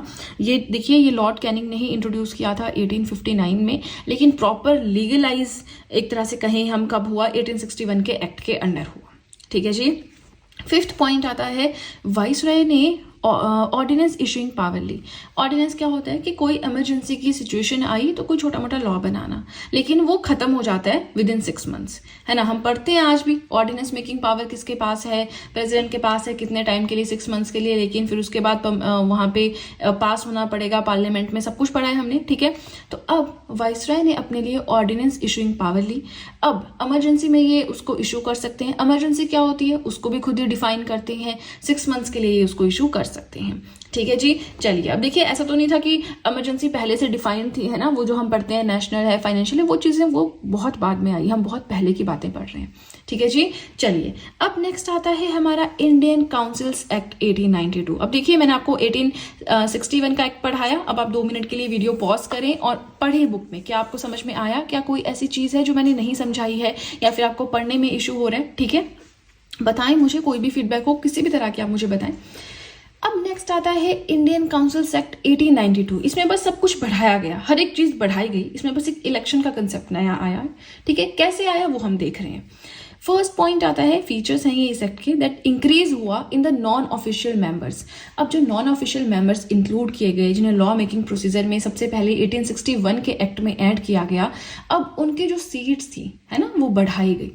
अब चाहे सेंट्रल लेजिस्लेटिव काउंसिल है, शॉर्ट में लिखा है मैंने, अगर आप नोट्स बना रहे हैं आपकी मर्जी, आपको समझ में आता है शॉर्ट में, ठीक है, अदरवाइज आप फुल भी लिख सकते हैं। अब देखिए, ये जो सेंट्रल लेजिस्लेटिव काउंसिल है, ये जो प्रोविंशियल लेजिस्लेटिव काउंसिल है, इन दोनों में ही ये जो ऑफिशियल मेंबर्स की सीट थी ये बढ़ाई गई, लेकिन साथ में एक सिचुएशन रखी गई कि ऑफिशियल मेजोरिटी मेंटेन रखनी होगी। मतलब वो लोग जो कि ब्रिटेन से चुन के आए हैं वो ज्यादा ही रहेंगे, ठीक है। अगर 10 लोग, मान लीजिए सेंट्रल लेजिस्लेटिव काउंसिल में 10 लोग हैं तो 9 से ज्यादा नहीं होंगे नॉन ऑफिशियल, ऑफिशियल मेजोरिटी ही रहेगी, चाहे वो सेंट्रल है चाहे वो प्रोविंशियल लेजिस्लेटिव काउंसिल है, ठीक है जी। नाउ सेकंड पॉइंट आता है, इंक्रीज हुआ in the functions of legislative council. ये जो लेजिस्लेटिव काउंसिल के फंक्शंस है ना, इनमें इंक्रीज हुआ। फंक्शंस किसके लिए, इंडियंस के लिए। अब इंडियंस पहले जो है बजट को डिस्कस नहीं कर सकते थे, है ना, लेकिन अब वो बजट को डिस्कस करने के प्रोसेस में शामिल हुए, तो थोड़ी सी पावर्स जो है इंडियन, जो ये नॉन ऑफिशियल मेंबर्स हैं, ठीक है, इनके लिए बढ़ाई गई, राइट।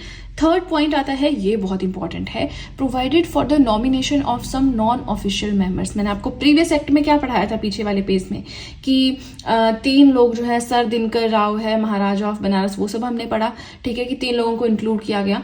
अब सारे ये कहने लगे कि आप किस बेस पे किसी को भी चुन रहे हैं, है ना, आप अपनी मर्जी से चुन रहे हैं, आप नॉन ऑफिशियल मेंबर्स को अपनी मर्जी से कैसे चुन सकते हैं, है ना, प्रॉपर एक तरीका होना चाहिए। तो चलिए वो तरीका अब सामने आया। तरीका क्या था, जो सेंट्रल लेजिस्लेटिव काउंसिल है वहां पे वाइसरॉय, और जो प्रोविंशियल लेजिस्लेटिव काउंसिल है वहां पे गवर्नर खुद से चुनेंगे नॉन ऑफिशियल मेंबर्स को, लेकिन ऑन द रिकमेंडेशंस ऑफ, किसकी रिकमेंडेशन पे देखते हैं, सेंट्रल लेजिस्लेटिव काउंसिल में जो वाइसरॉय होगा वो provincial legislative council and Bengal chamber of commerce, इन दोनों की रिकमेंडेशन पे, सुझाव पे चुनेगा नॉन ऑफिशियल मेंबर्स को। लेकिन जो प्रोविंशियल लेजिस्लेटिव काउंसिल है वहां पे गवर्नर चुनेगा on the recommendations of district boards, municipalities, universities, trade associations, जमींदार, क्योंकि ये सारे क्वेश्चन करने लगे कि हमें भी रिप्रेजेंटेशन चाहिए। आप नॉन ऑफिशियल मेंबर किसी को भी बना रहे हो, यूनिवर्सिटीज वाले बोल रहे हैं हमें चाहिए रिप्रेजेंटेशन, जमींदार बोल रहे हैं हमें भी चाहिए रिप्रेजेंटेशन, क्योंकि अब ये चीज सामने आई थी कि ब्रिटेन गवर्नमेंट ने कहा था कि सबको रिप्रेजेंटेशन मिलेगी, सबको इक्वल राइट मिलेगा to participate in the law making process, और लॉ बनाने में हर एक इंटरेस्टेड हो रहे थे लोग उस टाइम, है ना। नाउ यहाँ पे जो नॉन ऑफिशियल मेंबर्स को चुना जा रहा है वो किसी की रिकमेंडेशन पे चुना जा रहा है, मतलब आप कह सकते हैं कि इनडायरेक्टली इलेक्शंस का कंसेप्ट यहाँ पे सामने आया है। ठीक है, ये जो सीट्स फिल की जा रही हैं नॉन ऑफिशियल मेंबर्स की, चाहे वो सेंट्रल लेजिस्लेटिव काउंसिल में है चाहे वो प्रोविंशियल लेजिस्लेटिव काउंसिल में है, वो इलेक्शंस के थ्रू ही हो रही है इनडायरेक्टली। बेशक इलेक्शन वर्ड कहीं पे यूज नहीं हुआ है, बट हम हाँ इस तरह से कंसिडर कर सकते हैं। ठीक है, चलिए अब आज का हमारा लास्ट एक्ट है, इसके बाद गवर्नमेंट ऑफ इंडिया एक्ट चल पड़ेंगे 1919, 1935, वो मैं नेक्स्ट वीडियो में पढ़ाऊंगी। फिर उसके बाद इंडियन इंडिपेंडेंस एक्ट बचता है, वो सिंगल होगा, उसे हम बहुत अच्छे से एक अलग से ही वीडियो में पढ़ेंगे। तो इसके बाद 2 वीडियोज और बचती हैं। ठीक है, चलिए वीडियो पसंद आ रही है तो लाइक जरूर कर दीजिएगा। अब हमारा नेक्स्ट एक्ट जो आता है वो है इंडियन काउंसिल्स एक्ट 1909। ठीक है जी, अब देखिए मॉर्ले मिंटो रिफॉर्म्स के नाम से भी ये फेमस है। अब चलिए इसके बारे में पढ़ने से पहले थोड़ा सा मॉडर्न हिस्ट्री पे जाते हैं। हमने पढ़ा मॉडरेट्स के बारे में, एक्सट्रीमिस्ट के बारे में, है ना, पढ़ा था। तो हमने वहां पे मॉर्ले मिंटो रिफॉर्म्स पे तो पढ़ा था जब हमने नेशनल मूवमेंट स्टार्ट किया था कि 1909 में इंडियन काउंसिल्स एक्ट आता है। उसके अंदर होता क्या है, मुस्लिम्स को रिप्रेजेंटेशन मिलती है, वो भी नेक्स्ट पेज पे हमें पढ़ना है। ठीक है, फिलहाल इतना याद रखिए कि इंडियन काउंसिल्स एक्ट है 1909 है, मॉर्ले मिंटो रिफॉर्म्स भी कहते हैं। क्यों? जो मॉर्ले थे उस टाइम पे वो थे secretary of state for India, Minto थे लॉर्ड, यानी कि लॉर्ड ये जो कहते हैं वाइस रॉय, है ना, इसीलिए। अब देखिए हम क्या पढ़ रहे हैं, ब्रिटेन की गवर्नमेंट है, उनको रिपोर्ट कर लेगा सेक्रेटरी ऑफ स्टेट, जो कि कौन था, मॉर्ले, लॉर्ड मॉर्ले बोलते थे। और इंडिया में रिप्रेजेंटेटिव कौन था ब्रिटेन गवर्नमेंट का, मिंटो। तो मिंटो रिपोर्ट करेगा मॉर्ले को, मॉर्ले रिपोर्ट करेगा ब्रिटिश गवर्नमेंट को। और यहाँ पे जो भी चल रहा है सब कुछ हर चीज पे जोर हो गया मॉर्ले मिंटो का, है ना। तो ये रिफॉर्म्स लेकर आए। तो इसमें पहला पॉइंट ये है कि जो लेजिस्लेटिव काउंसिल का साइज है बहुत ज्यादा इंक्रीज हो गया। अब देखिए बार बार हम नॉन ऑफिशियल मेंबर्स को ऐड कर रहे हैं, है ना। तो अब जब हम बार बार नॉन ऑफिशियल मेंबर्स को ऐड कर रहे हैं तो उससे क्या हो रहा है, साइज बढ़ रहा है लेजिस्लेटिव काउंसिल का। तो अब यहाँ पे इन्होंने खुला मतलब प्रॉपर बढ़िया तरीके से साइज बढ़ा दिया। यानी कि जो सेंट्रल लेजिस्लेटिव काउंसिल थी, 2 काउंसिल थी, एक थी सेंटर में, एक थी प्रोविंसेस में। जैसे अभी होता है ना, केंद्र सरकार है, राज्य सरकार है, एक सेंटर में है, एक स्टेट में है, वैसे ही काउंसिल थी central legislative council and provincial legislative council. तो जो ये CLC था इसमें नंबर ऑफ मेंबर्स थे 16, ये बढ़ा दिए गए 60। जो PLC प्रोविंशियल लेजिस्लेटिव काउंसिल थी, अब देखिए कोई किसी प्रोविंस में ज्यादा मेंबर्स होंगे, किसी में कम होंगे, तो ये यूनिफॉर्म नहीं था। लेकिन एक कंडीशन रखी गई कि जो सेंट्रल लेजिस्लेटिव काउंसिल है यहाँ पे ऑफिशियल मेजॉरिटी मेंटेन रखनी पड़ेगी। यहाँ पे जो ब्रिटेन से चुन के आएंगे ऑफिशियल मेंबर्स वही ज्यादा रहेंगे। लेकिन जो प्रोविंशियल लेजिस्लेटिव काउंसिल है वहां पे नॉन ऑफिशियल मेजॉरिटी चल सकती है, ऐसा नहीं यही होगी, बट अलाउ किया गया कि नॉन ऑफिशियल मेजॉरिटी अगर होगी तब भी चलेगा। ठीक है जी, तो चलिए हमारा ये पेज भी हुआ कंप्लीट। थोड़ा सा कंटेंट बचता है, आई नो वीडियो लेंथी है, बट आप ही के भले के लिए, है ना। हम line by line easily translate कर पा रहे हैं बुक को, तो इससे ज्यादा क्या चाहिए, हर एक वर्ड को आप डिकोड कर पा रहे हैं, इससे ज्यादा क्या चाहिए, है ना। चलिए तो चलते हैं अब अपने नेक्स्ट पेज की ओर। नाउ सेकेंड पॉइंट आता है एनलार्ज द फंक्शंस। अब जो फंक्शंस हैं वो फिर से बढ़ाए गए, किसके, नॉन ऑफिशियल मेंबर्स के, क्योंकि जो ऑफिशियल मेंबर्स हैं उनके पास तो ऑलरेडी इतनी पावर्स है, उन्हें और क्या पावर्स देंगे। लेकिन जो नॉन ऑफिशियल मेंबर्स को बार बार ऐड किया जा रहा है, उनके फंक्शंस बढ़ाए जा रहे हैं।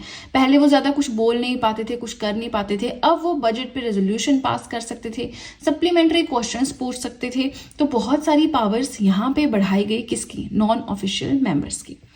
थर्ड पॉइंट आता है, now this is very very important, पहले तो याद कर लो हम पढ़ के आ रहे हैं, हम पढ़ रहे हैं इंडियन काउंसिल्स एक्ट 1909। अब हमने क्या पढ़ा कि लॉ मेकिंग प्रोसीजर यानी कि लेजिस्लेटिव काउंसिल में रिप्रेजेंटेशन दी गई 1861 के काउंसिल एक्ट से, यानी जो पहला काउंसिल एक्ट था। अब ये हमारा एक तरह से लास्ट इंडियन काउंसिल एक्ट है, इसके बाद गवर्नमेंट ऑफ इंडिया एक्ट फिर से 1919 आ जाता है ना। नाउ पहली बार ऐसा हुआ कि association of Indians with executive councils की जो एग्जीक्यूटिव काउंसिल है उसके साथ भी इंडियंस को जोड़ा गया। मैंने आपको क्या बताया कि कोई जैसे वाइस रॉय है, गवर्नर जनरल ऑफ इंडिया है, गवर्नर जनरल ऑफ बंगाल है, सबकी अपनी काउंसिल होती थी। एक होती थी लेजिस्लेटिव काउंसिल, एक होती थी एग्जीक्यूटिव काउंसिल। लेजिस्लेटिव काउंसिल में लॉ मेकिंग काम आता था और एग्जीक्यूटिव काउंसिल में उन चीजों को ग्रास रूट लेवल पे इंप्लीमेंट करवाने का काम आता था। कोई भी स्कीम आई उसको इंप्लीमेंटेशन का काम एग्जीक्यूटिव काउंसिल के पास होता था।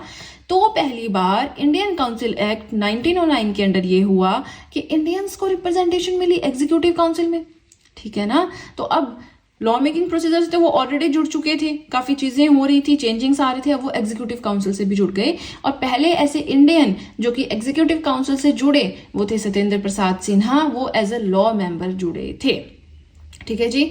Fourth point very very important, एक तो ये एग्जीक्यूटिव काउंसिल वाला रट लो इसको, कौन से एक्ट के थ्रू आया था। लेजिस्लेटिव काउंसिल में जो इंडियन काउंसिल एक्ट था 1861 का, वहां पे इंडियंस को रिप्रेजेंटेशन मिली, और एग्जीक्यूटिव काउंसिल में पहली बार इंडियंस को रिप्रेजेंटेशन कब मिली, इंडियन काउंसिल एक्ट हमारा 1909 का।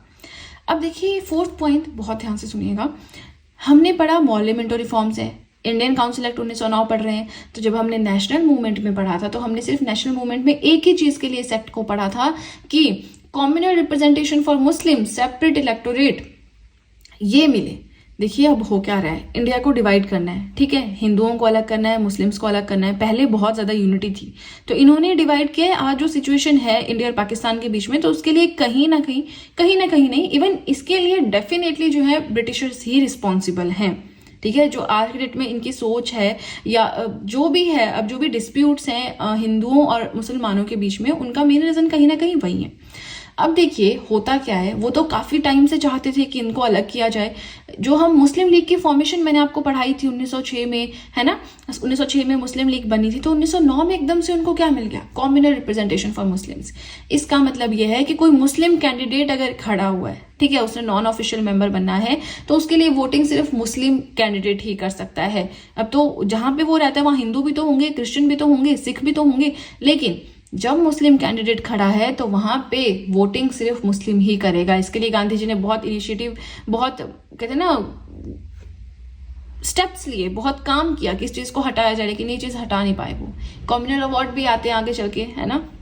नाउ उन्होंने बहुत अच्छे से डिवाइड कर दिया इसको इंडियंस में, हिंदुओं और मुसलमानों को, और उन्होंने कहा कि जरूरत है, मुस्लिम्स अलग है, उनकी रिक्वायरमेंट्स अलग है, उनकी रिप्रेजेंटेशन अलग तरह से होगी, तो अलग करने की जरूरत है। ये ब्रिटिशर्स ने रीजन दिया, ठीक है। तो कॉम्युनल रिप्रेजेंटेशन मुस्लिम्स के लिए सेपरेट इलेक्टोरेट आया 1909 के इंडियन काउंसिल एक्ट मॉर्लेमेंटो रिफॉर्म्स के अंडर। दस this act legalised communal electorate, and father of communal electorate किसे कहते हैं, लॉर्ड मिंटो को। मॉर्लेमेंटो रिफॉर्म्स पढ़ रहे हैं, मिंटो कौन थे, वाइसरॉय ऑफ इंडिया उस टाइम पे, राइट। नाउ आज का लास्ट पॉइंट है कि अब क्या हुआ कि सेपरेट रिप्रेजेंटेशन मांग रहे थे सारे, ठीक है, तो दी भी गई किसे, जो प्रेसिडेंसी कॉर्पोरेशंस हैं, चैम्बर्स ऑफ कॉमर्स हैं, यूनिवर्सिटीज हैं, जमींदार, इन सबको सेपरेट रिप्रेजेंटेशन दी भी गई थी, ठीक है जी।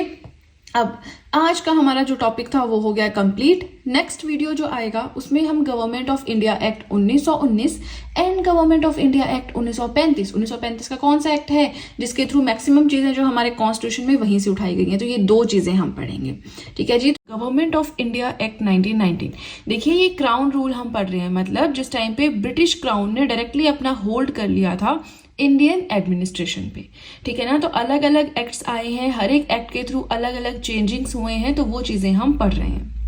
नाउ ये जो 1919 का एक्ट था, इसे मोंटेगू चैम्सफोर्ड रिफॉर्म्स भी कहा जाता था। क्यों? क्योंकि उस टाइम पे जो मोंटेगू थे, लॉर्ड मोंटेगू, ये थे secretary of state for India, and जो लॉर्ड चैम्सफोर्ड थे ये थे वाइसरॉय ऑफ इंडिया, ठीक है ना। अब ये जो एक्ट आया, इस एक्ट के थ्रू ऑब्जेक्टिव क्या रखा गया कि ग्रेजुअली हम क्या करेंगे, इंडिया में रिस्पॉन्सिबल गवर्नमेंट लेकर आएंगे। इसका मतलब क्या है कि इंडियंस को ज्यादा से ज्यादा एसोसिएट करेंगे कि वो एडमिनिस्ट्रेशन में आए, काम करें। देखिए लॉ मेकिंग प्रोसेस में वो ऑलरेडी आ चुके हैं, यानी कि जैसे आप लेजिस्लेटिव काउंसिल कहते हैं, एग्जीक्यूटिव काउंसिल में वो ऑलरेडी आ चुके हैं, लेकिन अब करना क्या है, अब उनका एसोसिएशन इंक्रीज करना है, ठीक है ना। तो वो चीज हो गई हमारी रिस्पॉन्सिबल गवर्नमेंट, जो ब्रिटिशर्स ने इस एक्ट के थ्रू इंडिया में इम्पोज करने का सोचा था, ठीक है। अब हमें आगे चलना है और पढ़ना है सब्जेक्ट्स के बारे में। सब्जेक्ट्स माने जो हमारे प्रोविंशियल एंड सेंट्रल सब्जेक्ट्स हैं, उनमें क्या चेंजिंग्स हुए, क्योंकि उनमें भी काफी चेंजिंग्स हुए थे, ठीक है। तो ये हमारे फीचर्स अब स्टार्ट हो गए हैं। फर्स्ट पॉइंट आता है कि इस एक्ट के थ्रू जो सेंटर का कंट्रोल था वो थोड़ा कम किया गया प्रोविंसेस पे, ठीक है। और सेंट्रल सब्जेक्ट्स क्या होंगे, प्रोविंशियल सब्जेक्ट्स क्या होंगे, उनके एक सेट जो है डिफाइन कर दिया गया।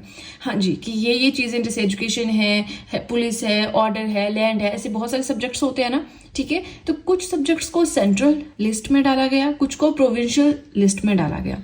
अब जो सेंट्रल सब्जेक्ट्स हैं उनके ऊपर सिर्फ सेंट्रल लॉ बना सकता है, जो प्रोविंशियल सब्जेक्ट्स हैं उनके ऊपर सिर्फ प्रोविंसेस लॉ बना सकती हैं। लेकिन अगर बात करें इंडिया के स्ट्रक्चर की, तो वो जैसा पहले था सेंट्रलाइज्ड वैसा ही रहा, लेकिन कुछ पावर्स यहाँ पे जो है हमने डिवाइड कर दी कि हाँ इन चीजों पे सेंट्रल लॉ बनाएगा, इन चीजों पे प्रोविंसेस लॉ बनाएंगी। अब प्रोविंसेस जो उनको प्रोविंशियल सब्जेक्ट्स दिए गए थे, इन्हीं सब्जेक्ट्स को आगे भी डिवाइड किया गया। अब ध्यान रखना है, यहाँ पे हम सिर्फ प्रोविंशियल सब्जेक्ट्स को डिवाइड कर रहे हैं। नेक्स्ट जो हमारा एक्ट आएगा उसमें हम सेंट्रल सब्जेक्ट्स को डिवाइड करेंगे, ठीक है ना। अब यहाँ पे जो प्रोविंसेस को प्रोविंशियल सब्जेक्ट्स दिए हुए थे, इन्हें दो टाइप्स में डिवाइड किया गया। एक थे ट्रांसफर्ड सब्जेक्ट्स, एक थे रिजर्व सब्जेक्ट्स। अब इन दोनों में डिफरेंस क्या था, तो देखिए जो ट्रांसफर्ड सब्जेक्ट्स हैं, ठीक है ना, इन पे भी लॉ गवर्नर बनाएगा with the help of his council. जो रिजर्व सब्जेक्ट्स हैं इन पे भी लॉ गवर्नर बनाएगा with the help of his council.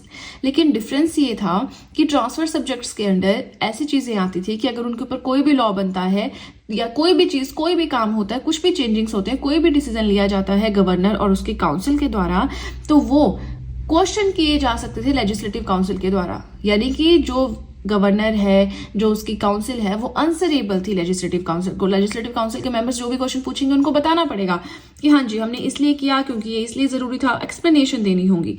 लेकिन जो रिजर्व सब्जेक्ट्स थे इनमें ऐसा कुछ नहीं था। गवर्नर अपनी काउंसिल के साथ लॉ बनाएगा या कोई भी काम करेगा, लॉ नहीं कोई भी काम करेगा क्योंकि एग्जीक्यूटिव काउंसिल एग्जीक्यूशन का काम करेगी, लेकिन वो उसके लिए रिस्पॉन्सिबल नहीं होंगे, ठीक है ना। यहाँ पे लेजिस्लेटिव काउंसिल के लोग पूछ सकते हैं कि आपने ये काम क्यों किया, लेकिन रिजर्व सब्जेक्ट्स में ऐसा नहीं होगा, वो आंसरेबल नहीं होंगे, ठीक है। यहाँ पे देखिए वो अपनी मनमर्जी वाले काम करते थे। इसमें सब्जेक्ट्स जो है बहुत भारी भरकम थे, जिससे ब्रिटिशर्स को काम मतलब होता था।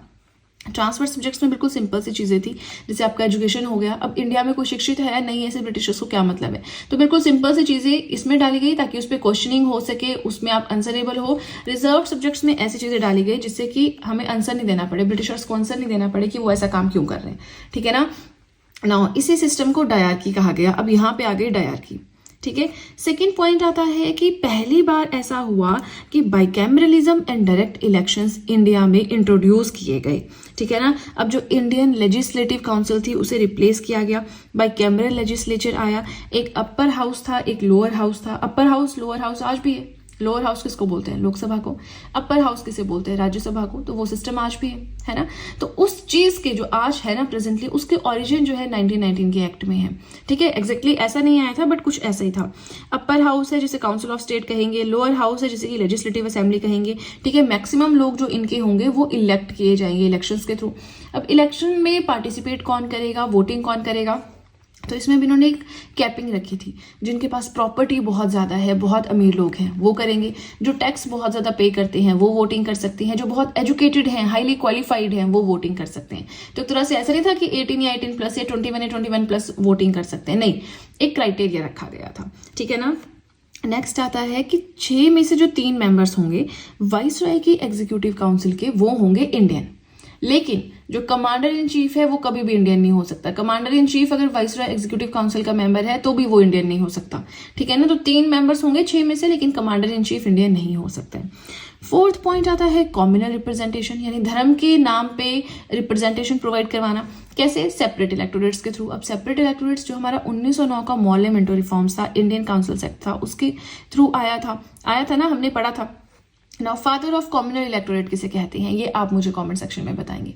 अब देखिए 1909 के एक्ट में तो सिर्फ मुस्लिम्स को सेपरेट इलेक्टोरेट्स मिले थे, लेकिन अब 1919 के एक्ट में सिख हैं, इंडियन क्रिश्चियंस हैं, एंग्लो इंडियंस हैं, यूरोपियंस हैं, इन सबको जो है सेपरेट इलेक्टोरेट्स दिए गए। यानी कि अगर कोई सिख कैंडिडेट खड़ा हुआ इलेक्शंस के लिए तो उसके लिए सिर्फ सिख्स जो है वही वोटिंग करेंगे।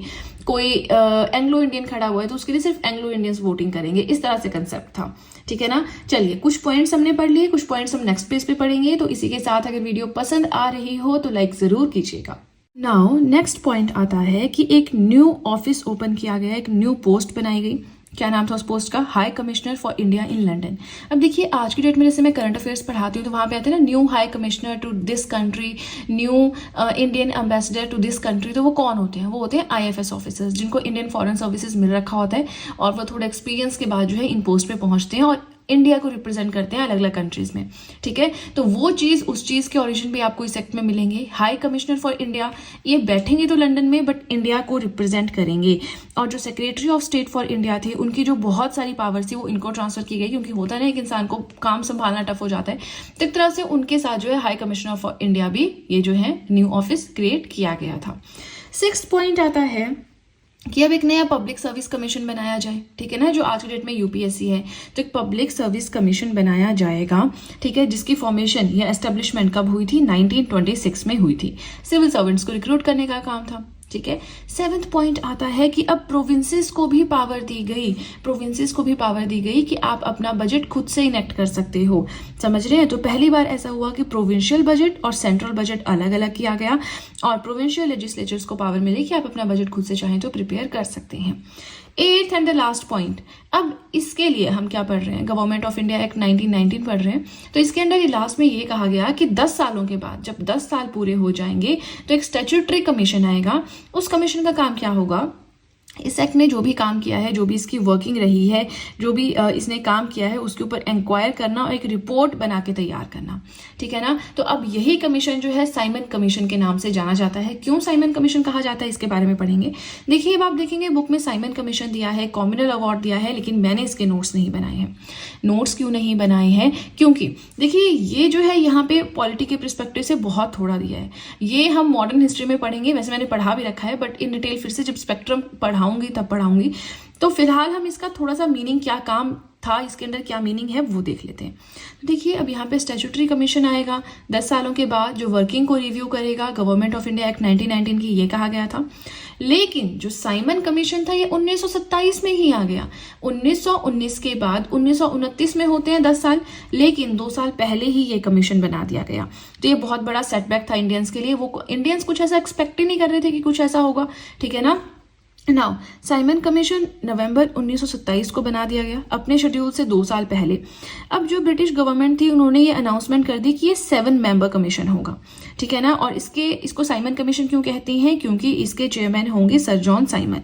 अब इंडिया में जो कंडीशन है इस न्यू एक्ट के अंडर क्या है, उसके ऊपर रिपोर्ट सबमिट करने का काम था। पर अब क्वेश्चन ये था कि इंडिया में जो एक्ट आया है उसको रिव्यू करना है और इसके अंदर किसी भी इंडियन को नहीं लिया गया है। सारे के सारे ब्रिटिशर्स हैं, तो जितनी भी पॉलिटिकल पार्टीज थी उन्होंने इसे नेग्लेक्ट किया, मतलब बायकट किया। आईएनसी है, मुस्लिम लीग है, जो भी फेमस पार्टीज थी, उन्होंने इसको नेग्लेक्ट किया। अब कमीशन ने बहुत कोशिश की कि वो सबसे जाएं, मिलें, बात करें, लेकिन इंडियंस ने वही बात है, कोई भाव नहीं दिया।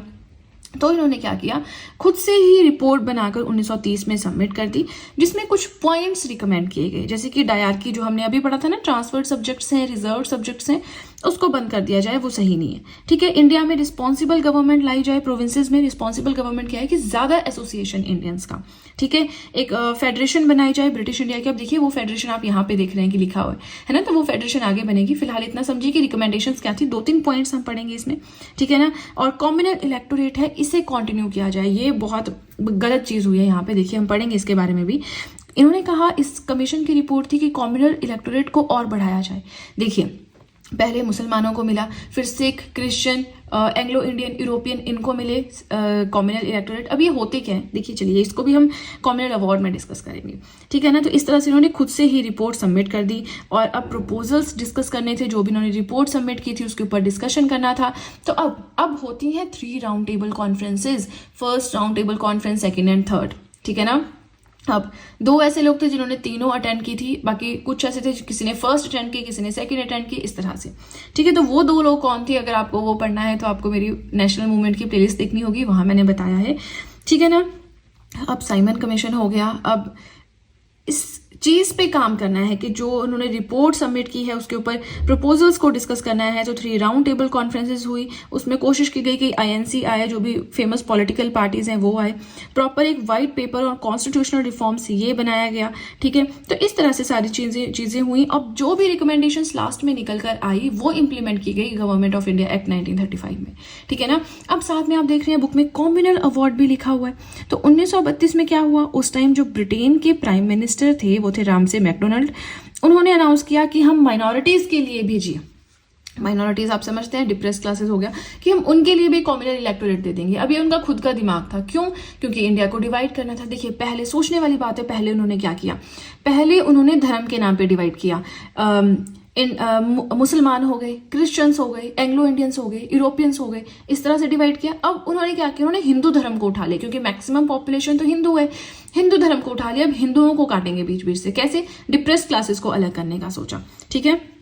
नाउ उन्होंने क्या किया, खुद से ही, अभी उनसे किसी ने मांगा नहीं था, है ना। वही है कि जिस टाइम पे BR अम्बेडकर गए थे, उन्होंने कहा कि इसे जब ये राउंड टेबल कॉन्फ्रेंसेस हुई थी, RTCs हुई थी, कि आपने सबको कॉम्युनल इलेक्टोरेट दिए हैं, हमारे लिए भी कुछ करें डिप्रेस क्लासेस के लिए। तो यहाँ से उन्होंने दिमाग लगाया ब्रिटिशर्स ने कि ये तो मतलब विन विन सिचुएशन हो गई। उन्होंने डिमांड भी रखी और डिमांड भी हमारे फेवर में, क्योंकि हमें तो उनको तोड़ना है।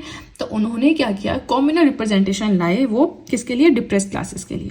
ठीक है ना। कॉम्युनल रिप्रेजेंटेशन क्या होता है कि फॉर एग्जाम्पल सिखों को मिल रखा है, तो अगर कोई सिख कैंडिडेट इलेक्शन के लिए खड़ा है तो सिर्फ सिख्स ही उसके लिए वोटिंग करेंगे, बाकी कोई नहीं करेंगे। ठीक है। अब ये चीज हुई तो इससे जो है पहले उन्होंने इतने सारे लोगों को दे रखा था, सिख हैं, क्रिश्चियन है, एंग्लो इंडियंस है, यूरोपियंस, इनको ऑलरेडी दे रखे थे सेपरेट इलेक्टोरेट्स, अब दे दिए डिप्रेस्ड क्लासेस को भी। अब गांधी जी उस टाइम पे जेल में थे और वो इस सिचुएशन से बड़े मतलब आहत हो गए कि ये तो गलत चीज है। वो तो हिंदुओं को भी अब डिवाइड करने लग गए, पहले धर्म को डिवाइड किया, अब हिंदुओं को डिवाइड कर रहे हैं। इंडिया की यूनिटी को वो तोड़ना चाहते थे और वो सक्सेसफुल भी रहे। यूनिटी टूटी और आज के डेट में देखिए हिंदू और मुसलमानों में कितने डिफरेंसेस हैं, है ना।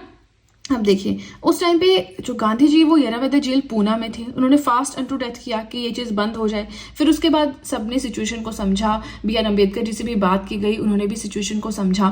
फिर उसके बाद क्या हुआ कि ठीक है हम डिप्रेस क्लासेस को कॉम्युनल इलेक्टोरेट नहीं चाहते, ये जो कॉम्युनल अवार्ड है, सेपरेट इलेक्टोरेट है, कॉम्युनल रिप्रेजेंटेशन है, ये नहीं चाहते। लेकिन गांधी जी ने कहा कि हम कुछ सीट्स डिप्रेस क्लासेस के लिए रिजर्व कर देंगे। वही रिजर्वेशन आज चल रहा है, SCs है, STs है, OBCs है, सबके लिए रिप्रेजेंटेशन है ना हमारे कॉन्स्टिट्यूशन में, जॉब्स में, हर जगह में। तो वो उसके ओरिजिन आपको यहाँ पे मिलेंगे कॉम्युनल अवार्ड में, क्योंकि तंग किया गया कि डिप्रेस क्लासेस के लिए अलग ही ला रहे थे। तो गांधी जी ने कहा कि चलो हम आपको अपना यहाँ पे सीट्स रिजर्व दे देंगे, बात खत्म।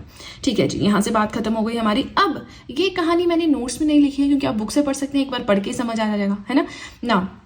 अब आता है government of India act 1935, very very important. अब जो भी यहाँ पे जो भी रिकमेंडेशंस दी गई थी वो यहाँ पे इंप्लीमेंट की गई। तो सबसे पहले कहा गया कि चलो ऑल इंडिया फेडरेशन बनाएंगे। ऑल इंडिया फेडरेशन का मतलब है कि जो भी ब्रिटिश प्रोविंसेस तो हैं ही इंडिया में, लेकिन जो प्रिंसली स्टेट्स हैं वो भी इंडिया का पार्ट बन जाए। लेकिन अब देखिए कोई राजा महाराजा है, वो आम आदमी बन जाएगा अगर वो इंडिया का पार्ट बन गया। तो वो नहीं चाहते थे, वो अपने राजे रजवाड़े, अपने जो बड़े बड़े किंगडम्स थे, छोटे मोटे किंगडम्स थे, उनको छोड़ना नहीं चाहते थे, क्योंकि उनके पास पावर थी, सब उनको राजा मानते थे, उनके पास कितनी पावर्स थी, मतलब एक लग्जरियस लाइफ थी। अगर ये सब छोड़ दिया उन्होंने, इंडिया में एंटर कर लिया as a part of India, अगर वो आगे तो वो तो आम आदमी बन जाएंगे, वो ये नहीं चाहते थे। तो अब देखिए ऑल इंडिया फेडरेशन का कंसेप्ट यहाँ पे आ रहा है कि जो प्रोविंसेस हैं, प्रिंसली स्टेट्स हैं, सब इंडिया का पार्ट बन जाएं। ठीक है ना। उसके बाद कहा गया, इस एक्ट ने क्या किया, जो पावर्स है उनको डिवाइड किया सेंटर और स्टेट के बीच में। कैसे, फेडरल लिस्ट है आपकी, प्रोविंशियल लिस्ट है आपकी, कॉन्करेंट लिस्ट है। फेडरल लिस्ट पे सेंटर को लॉ बनाएगा, प्रोविंशियल लिस्ट पे प्रोविंसेस लॉ बनाएंगी, और कॉन्करेंट लिस्ट पे दोनों लॉ बनाएंगी। अब देखिए कुछ जो पावर्स रह गई थी वो दे दी गई वाइसरॉय को। ठीक है। लेकिन ये चीज कभी ऑल इंडिया फेडरेशन बनी ही नहीं, क्योंकि प्रोविंसेस तो देखिए जो प्रिंसली स्टेट्स थे, ब्रिटिश प्रोविंसेस तो थी इसके अंडर, बट प्रोविंसेस ने कभी हामी नहीं भरी इसमें एंटर होने की। सेकंड पॉइंट आता है जो डायरकी सिस्टम है पूरी तरह से अबॉलिश हुआ। साइमन कमीशन ने दी थी ना रिकमेंडेशन की बंद करो इसको, तो वो चीज बंद हुई और यहाँ पे आई प्रोविंशियल ऑटोनॉमी। प्रोविंशियल ऑटोनॉमी का मतलब क्या है कि जो प्रोविंसेस थी, प्रिंसली स्टेट्स थी, उनको पूरी की पूरी परमिशन दी गई, उनको ऑटोनॉमस यूनिट बनाया गया कि अपने डिफाइंड एरिया में आप प्रशासन खुद से संभालेंगे। ब्रिटिशर्स को क्या मतलब है प्रशासन कैसे चल रहा है, उनको तो पैसों से मतलब है। तो ऑब्वियसली ये जो प्रिंसली स्टेट्स हैं, प्रोविंसेस हैं, ये पैसा देंगी ब्रिटिश गवर्नमेंट को, उसके बाद पूरी ऑटोनॉमी उनकी है। ब्रिटिशर्स कोई इंटरनल फॉर्म में इंटरफेयर नहीं करेंगे उनके अफेयर्स में। ठीक है ना। नाउ गवर्नर जो है with the help of council of minister, वो रिस्पॉन्सिबल होगा प्रोविंशियल लेजिस्लेचर के लिए। लेकिन ये चीज 1937 में आई थी, 1939 में बंद हो गई, ये भी ढंग से इंप्लीमेंट नहीं हो पाई। थर्ड था adoption of dyarchy at the centre. अब देखिए डायरकी क्या है, हमने क्या पढ़ा था, ट्रांसफर सब्जेक्ट्स और रिजर्व सब्जेक्ट्स किसमें पढ़ा था, गवर्नमेंट ऑफ इंडिया एक्ट 1919 में पढ़ा था। लेकिन वो प्रोविंशियल सब्जेक्ट्स को डिवाइड किया गया था। मैंने आपको ये चीज बताई थी कि अभी हम प्रोविंशियल सब्जेक्ट्स को डिवाइड कर रहे हैं, आगे चल के हम जो हमारे सेंट्रल सब्जेक्ट्स हैं उनको डिवाइड करेंगे। तो यस, यहाँ पे सेंटर में डायरकी लाने का ऑप्शन दिया गया, लेकिन ये चीज भी इंप्लीमेंट नहीं हुई। ठीक है ना।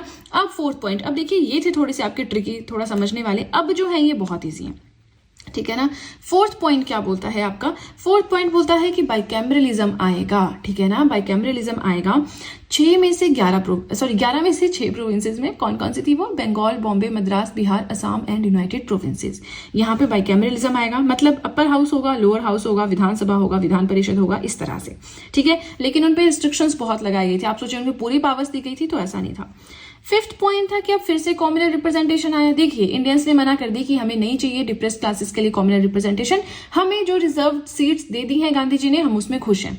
B.R. अम्बेडकर जी भी खुश थे। लेकिन इन्होंने तो अपनी फूट डालो और शासन करो नीति तो अपनानी ही थी। तो इन्होंने कॉम्युनल रिप्रेजेंटेशन अपने आप से एक्सटेंड कर दिया डिप्रेस्ड क्लासेस के लिए, जिसमें शेड्यूल्ड कास्ट को लिया गया, वुमेन महिलाओं के लिए उन्होंने तो मांगे भी नहीं थी, उनको भी अलग से दे दी, लेबर एंड वर्कर्स के लिए। इसका मतलब क्या है कि कोई महिला अगर इलेक्शन के लिए खड़ी है सिर्फ महिलाएं उसके लिए वोट दे सकती हैं, ये चीज आई थी सामने, ठीक है ना। तो ये चीज बहुत गलत हुई, अपनी मर्जी से उन्होंने किया, इंडियंस ने डिमांड नहीं की थी। 6th पॉइंट आता है कि जो secretary of state for India थे, ठीक है ना, जो एस्टेब्लिश किया गया था कब, गवर्नमेंट ऑफ इंडिया एक्ट 1858 के अंडर। तो वो जो काउंसिल थी उनकी वो खत्म की गई, ठीक है, और उनको टीम ऑफ एडवाइजर्स दी गई कि अब इनकी हेल्प से, इनकी एडवाइस से आप काम करेंगे, ठीक है। नाउ 7th पॉइंट हमारा आता है कि वोटिंग कौन करेगा। तो जो फ्रेंचाइजी का लिमिट था ये एक्सटेंड किया गया। पहले जो ज्यादा टैक्स देते थे, जिनके पास प्रॉपर्टी ज्यादा थी, जो हाईली क्वालिफाइड थे, सिर्फ वही वोटिंग कर सकते थे। अब जो है पूरी पॉपुलेशन के 10% लोगों को वोटिंग राइट्स मिल गए। देखिए आज की डेट में हम देखें तो क्या है, आज की डेट में हर एक जो 18-21 वाला कंसेप्ट है एज का, सबके पास वोटिंग राइट्स है। उस टाइम ऐसा नहीं था, ठीक है ना, सिर्फ 10% लोगों को वोटिंग राइट्स मिले हैं। 8th पॉइंट क्या आता है कि रिजर्व बैंक ऑफ इंडिया बनाया जाए, ठीक है ना, ताकि जो मनी सप्लाई है, क्रेडिट है कंट्री का, करेंसी ऐसे कंट्रोल करने के लिए भी कोई हो सेंट्रल बैंक, ठीक है। 9th पॉइंट बोलता है कि आपको फेडरल पब्लिक सर्विस कमीशन बनाना है, प्रोविंशियल पब्लिक सर्विस कमीशन बनाना है and joint public service commission बनाना है, ठीक है। तो ये वही है जो हम यूपीएससी है, स्टेट पीएससी है एंड ज्वाइंट पीएससी है, ठीक है ना। 10th एंड लास्ट पॉइंट आता है कि एक फेडरल कोर्ट होना चाहिए जो कि 1937 में बनेगा, और वो बना भी, ठीक है। अब देखिए हमने 2 एक्ट्स आज पढ़े, ठीक है, थ्रू हैंड रिटन नोट्स पढ़े। एक चीज मैंने समझाने की कोशिश की है, फिर भी आपको कोई डाउट है आप मुझे कमेंट सेक्शन में बताएं। हम पढ़ रहे थे Indian polity by M Laxmikanth book, chapter number 1 हम पढ़ रहे थे, जिसमें हमने the company rule, the crown rule, historical background, ये सब कुछ जाना। अब हम आज पढ़ेंगे द क्राउन रूल का लास्ट एक्ट, जो कि है इंडियन इंडिपेंडेंस एक्ट 1947। तो देखिए बुक अपने सामने रखें, एक तरह से पूरा मैं आपको लाइन बाय लाइन एक्सप्लेन करूंगी, जो कि आपके लिए काफी ज्यादा हेल्पफुल रहेगा। देखिए इंडियन इंडिपेंडेंस एक्ट है, मतलब भारत को आजाद करने के लिए ये एक एक्ट आया था, ठीक है ना। अब 20 फरवरी 1947 को क्या होता है, ब्रिटेन के जो पीएम थे उस टाइम पे, क्लीमेंट एटली, उन्होंने डिक्लेयर किया कि ब्रिटिश रूल इंडिया में एंड हो जाएगा 30 जून 1948 तक, ठीक है। उसके बाद जितनी भी पावर है हम रिस्पॉन्सिबल इंडियन हैंड्स में ट्रांसफर कर देंगे और हम यहां से चले जाएंगे। अब ये अनाउंसमेंट हुई, इंडियंस तो बहुत खुश हुए, लेकिन अब यहाँ पे क्वेश्चन उठता है कि क्या मुस्लिम लीग खुश थी इस डिसीजन से? तो नो, उनको इंडिपेंडेंस से मतलब नहीं था, उनको मतलब हर टाइम पे ही पार्टीशन से था, ठीक है ना। उनको लगा कि हमारे इंटरेस्ट प्रोटेक्टेड नहीं है, अगर इंडिया एक कंट्री बनता है वहां पे हमें रिप्रेजेंटेशन मिलती है, तो उनकी डिमांड थी कि पार्टीशन कीजिए कंट्री का, ठीक है ना, 2 पार्ट्स में डिवाइड करके जाइए, आप जा ही रहे हैं तो ढंग से पार्टीशन करके जाएं, ठीक है। तो ये एगिटेशन मुस्लिम लीग का, इसी की वजह से हमारा जो है 2 कंट्रीज में डिवीजन होता है, इंडिया और पाकिस्तान बनते हैं, ठीक है ना। अब होता यह है कि ब्रिटेन गवर्नमेंट ने कह दिया इसके बाद 3 जून 1947 को कि ठीक है, हम जो भी कॉन्स्टिट्यूशन आप बनाएंगे ना, ठीक है, जो भी, अब उन्होंने क्या किया था, कॉन्स्टिट्यूंट असेंबली ऑलरेडी बना रखी थी 1946 में, तो उसके द्वारा जो भी संविधान बनेगा वो जरूरी नहीं है कि इंडिया में हर जगह पे अप्लाई हो। अगर कोई प्रिंसली स्टेट है, अगर कोई प्रोविंस है, वो बोलती है कि हमें इंडियन डोमिनियन के साथ नहीं मिलना है, तो अनविलिंगली आप किसी से जबरदस्ती उसको जो है अप्लाई नहीं करवा सकते अपनी टेरिटरी में। फॉर एग्जाम्पल कोई राजा बोलता है कि नहीं मुझे नहीं मिलना इंडिया में, मैं अलग स्वतंत्र रहना चाहता हूं, तो वो अलग ही रहेगा, जाते जाते भी वो तोड़ने वाला काम कर गए, ठीक है ना। इसी डे पे, अब क्योंकि मुस्लिम लीग एगिटेट कर रही थी, वाद विवाद हो रहा था, तो लॉर्ड माउंटबेटन उस टाइम पे, जो कि वाइस रॉय ऑफ इंडिया थे, उन्होंने पार्टीशन प्लान सामने रखा। अब देखिए कांग्रेस ने और मुस्लिम लीग ने बहुत अच्छे से इसे स्वीकार किया। अब यहाँ पे क्वेश्चन उठता है कि मुस्लिम लीग ने तो करना ही था क्योंकि उनकी तो डिमांड थी, लेकिन आईएनसी ने, इंडियन नेशनल कांग्रेस ने क्यों इस प्लान को एक्सेप्ट किया? क्योंकि उन्होंने देखा कि बहुत मारधाड़ हो रही थी, मर्डर हो रहा था, खून खराबा हो रहा था, तो इससे तो बेटर है कि इनको अलग कर दिया जाए, ठीक है, ताकि ये भी खुश रहे और ये मारधाड़ भी इस तरह से ना हो, ठीक है ना। अब देखिए ये हमने बिल्कुल बेसिक सी चीजें पढ़ी जो इंडियन इंडिपेंडेंस एक्ट के थ्रू आई थी। अब जैसे कि हम हर एक एक्ट में फीचर्स पढ़ते हैं, वैसे ही हम यहाँ पे भी इस एक्ट के फीचर्स पढ़ेंगे। अब देखिए कुछ पॉइंट्स मैं यहाँ पे डिस्कस करूंगी। इंडियन इंडिपेंडेंस एक्ट में ऑलमोस्ट सभी पॉइंट सेम ही हैं, ठीक है। जैसे कि फर्स्ट पॉइंट ये है that it ended the British rule in India. India में ब्रिटिशर्स का रूल खत्म हो गया, ठीक है। जाते जाते उन्होंने इंडिया को डिक्लेयर किया as an independent and sovereign state, कि अपनी स्वतंत्र अब स्टेट है, अपनी प्रभुसत्ता इनके हाथों में है, ठीक है। तो 15 अगस्त 1947 से इंडिया बन गया था independent and sovereign state. Second point आता है क्रिएशन ऑफ 2 इंडिपेंडेंट यूनियंस। अब देखिए इंडिया का पार्टीशन हुआ, 2 इंडिपेंडेंट डोमिनियंस बने, एक इंडिया और एक पाकिस्तान। उनको राइट दिया गया कि अगर वो चाहें तो अलग हो सकती हैं ब्रिटिश कॉमनवेल्थ से। ब्रिटिश कॉमनवेल्थ क्या था, देखिए तो जो भी ब्रिटिशर्स के अंडर कभी ना कभी रहे हैं टेरिटरीज, उन सबका एक ग्रुप था, ठीक है। तो थर्ड पॉइंट हमारा इसी के साथ आता है abolished viceroys post. Obviously Britishers जा रहे हैं तो उनके द्वारा क्रिएट की गई पोस्ट जो थी, जैसे वाइसरॉय है, secretary of state for India है, आगे चल के हम पढ़ेंगे, उसे भी अबॉलिश कर दिया गया था उस पोस्ट को, और उसकी जगह पे एक गवर्नर जनरल बनाया गया फॉर ईच डोमिनियन, यानी कि जो पाकिस्तानी डोमिनियन है उसके लिए भी, जो डोमिनियन ऑफ इंडिया है उसके लिए भी। किसने इस गवर्नर जनरल को अपॉइंट किया था, जो ब्रिटेन के किंग थे उन्होंने अपॉइंट किया था on the advice of dominion cabinet, यानी इंडिया के जो कैबिनेट है उनकी एडवाइस पे इंडिया का गवर्नर जनरल अपॉइंट किया गया। पाकिस्तान की जो कैबिनेट बनी उनकी एडवाइस पे पाकिस्तान का गवर्नर जनरल अपॉइंट किया गया। इसी के साथ ब्रिटिश क्राउन ने बोला कि अब आगे से इंडिया में जो भी होता है उसके लिए हमारी कोई रिस्पॉन्सिबिलिटी नहीं है, हम किसी भी चीज के लिए रिस्पॉन्सिबल नहीं है, ठीक है ना। नाउ फोर्थ पॉइंट आता है empower the 2 dominions. This act empower the 2 dominions to frame and adopt any constitution. अब ये जो एक्ट आया था इसने ये पावर दी दोनों कॉन्स्टिट्यूएंट असेंबलीज को, पाकिस्तान और इंडिया दोनों की जो संविधान सभा थी उन्हें ये पावर दी कि वो अपना अपना कॉन्स्टिट्यूशन खुद से बनाए अपने अपने देशों के लिए। चाहे तो ब्रिटिश पार्लियामेंट ने जब कभी कोई लॉ पास किया हो उसे ही मॉडिफाई करके, चेंज करके वो थोड़े टाइम के लिए इंप्लीमेंट करवा सकते हैं, including the independence act as well, ठीक है ना। फिफ्थ पॉइंट आता है कि जो secretary of state for India थे, ठीक है ना, जो secretary of state for India थे, इनकी जो पोस्ट थी उसे अबॉलिश किया गया, और जो भी उनके फंक्शंस थे वो secretary of state for Commonwealth affairs को ट्रांसफर किए गए। जैसे कि वाइसरॉय की पोस्ट खत्म की गई, ठीक है ना, उस टाइम पे इंडिया का हेड होता था वाइसरॉय, वैसे ही secretary of state for India जो कि लंदन में बैठता था, इंडिया को गवर्न करता था, वाइसरॉय उसे रिपोर्ट करता था, उनकी पोस्ट को भी अबॉलिश किया गया और अब कहा गया कि secretary of state for Commonwealth affairs बनाया जाएगा, ठीक है। अब कॉन्स्टिट्यूएंट असेंबलीज जो थी, जो संविधान सभा थी दोनों डोमिनियंस की, उन्हें ये पावर्स दी गई कि वो अपने अपने क्षेत्र के ऊपर किसी भी सब्जेक्ट के ऊपर लॉ बना सकती हैं, ठीक है, लॉ बना सकती हैं, कानून बना सकती हैं, रूल्स एंड रेगुलेशंस बना सकती हैं, जब तक कि नया कॉन्स्टिट्यूशन, नया संविधान ड्राफ्ट नहीं किया जाता, फोर्स में नहीं आता।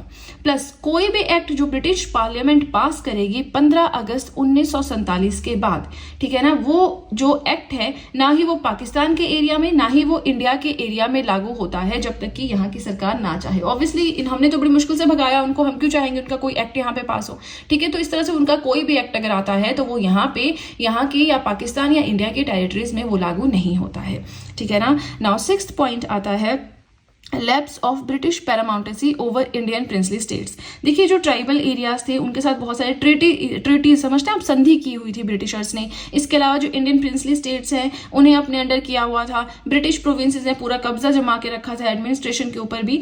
तो इन्होंने कहा कि 15 अगस्त 1947 के बाद पूरे के पूरे ब्रिटिशर्स की जो सुप्रीमेसी है इंडिया पे वो खत्म होती है, ठीक है। नाउ सेवंथ पॉइंट आता है, तो अब देखिए जाते जाते थोड़ा सा और गलत काम कर गए, पहले तो डिवीजन किया, चलिए डिवीजन की तो जरूरत थी, खून खराबा हो रहा था। नाउ सेवंथ पॉइंट ये आता है कि इंडियन प्रिंसली स्टेट्स को परमिशन या कह लीजिए फ्रीडम दी गई either to join dominion of India और पाकिस्तान। देखिए जो इंडियन प्रिंसली स्टेट्स हैं उन्हें यह कहा गया कि आप पूरी तरह से फ्री हो, आपको ये फ्रीडम है, या तो आप इंडियन डोमिनियन को ज्वाइन करें यानी इंडिया को ज्वाइन करें, या आप पाकिस्तान को ज्वाइन करें, या फिर आप इंडिपेंडेंट रहें अगर आप चाहें तो, ठीक है ना। तो ये चीज थोड़ी सी गलत हो गई थी क्योंकि फिर हैदराबाद है, कश्मीर है, ये कहने लगे कि हमें अलग रहना है, हमें किसी के साथ मतलब किसी का पार्ट यूनिट नहीं बनना है, इस तरह से, ठीक है। नाउ एट्थ पॉइंट आता है कि deprived British monarch with veto powers. अब जो ब्रिटिश मोनार्क है, जो ब्रिटेन की क्वीन या किंग जो भी होते थे, उनके पास जो वीटो पावर्स होती थी किसी भी बिल से रिलेटेड, ठीक है ना, तो वो उनसे ले ली गई और ये राइट दिया गया सीधे गवर्नर जनरल को। ठीक है, गवर्नर जनरल ऑफ पाकिस्तान को भी ये राइट दिया गया, गवर्नर जनरल ऑफ इंडिया को भी ये राइट दिया गया। इन्हें माना गया कि कॉन्स्टिट्यूशनल हेड है कंट्री के। गवर्नर्स बनाए गए, उन्हें माना गया कि कॉन्स्टिट्यूशनल हेड है स्टेट्स के या प्रोविंसेस के। जो गवर्नर जनरल थे उन्हें भी एक काउंसिल दी गई, जो गवर्नर थे उन्हें भी एक काउंसिल दी गई और कहा गया कि आपको इनकी एड एंड एडवाइस पे वर्क करना है। ठीक है ना, मतलब कोई भी आपको इश्यू हो तो आप इनसे डिस्कस करके उस पर काम कर सकती हैं। एक तो ये चीज सामने आती है। ठीक है, यहाँ पे एक पॉइंट हमारा छूटता है कि जो गवर्नेंस था ना दोनों डोमिनियंस का, ठीक है, और जो प्रोविंसेस थी वो सब जो है गवर्नमेंट ऑफ इंडिया एक्ट 1935 के हिसाब से चलेगा जब तक कि अगला कॉन्स्टिट्यूशन उनका नहीं बनता है। तभी तो हम बोलते हैं कि इंडियन कॉन्स्टिट्यूशन में 50% से ज्यादा चीजें कहां से उठाई गई हैं, गवर्नमेंट ऑफ इंडिया एक्ट 1935 से उठाई गई हैं। ठीक है, चलिए अब हम क्या पढ़ रहे थे, हम पढ़ रहे थे गवर्नर जनरल जो थे इंडिया के बने, पाकिस्तान के बने। यस, तो हम उनके बारे में पढ़ रहे थे। इन्हें कॉन्स्टिट्यूशनल हेड बनाया गया, काउंसिल्स दी गई ताकि उन्हीं की एड एंड एडवाइस पे ये वर्क करेंगी। ठीक है, अब इन्हीं के पास पूरी पावर होगी वीटो पावर्स को एक्सेस करने की। अब वीटो पावर्स क्या है देखिए, हम आगे पढ़ेंगे, अभी इनको डिस्कस करने का कोई मतलब नहीं बनता है। ठीक है, नाउ 9th पॉइंट आता है कि जो टाइटल था एम्परर ऑफ इंडिया का, इसे ड्रॉप किया गया। ठीक है, क्योंकि एम्परर ऑफ इंडिया बोलते थे जो ब्रिटेन में होते थे, ठीक, जो भी वहां के किंग है या क्वीन है उन्हें कहा जाता था। लेकिन अब वो इंडिया का उनसे कोई लेना देना रहा ही नहीं, तो इस टाइटल को भी ड्रॉप किया गया। 10th पॉइंट आता है discontinued the appointment of civil services. अब ब्रिटिशर्स यहाँ पे सिविल सर्वेंट्स को अपॉइंट करते थे, ठीक है ना, तो ये जो प्रैक्टिस थी उन्होंने बंद की। प्लस जो इंडियंस थे जो इस पोस्ट पे, जो जिन्होंने टेस्ट क्लियर किया इस पोस्ट पे थे, वो तो अपनी जो सर्विसेज थी उनको एंजॉय करते रहे टिल द रिटायरमेंट, चाहे देश आजाद भी हो गया उसके बाद भी वो उसी पोस्ट पे रहे।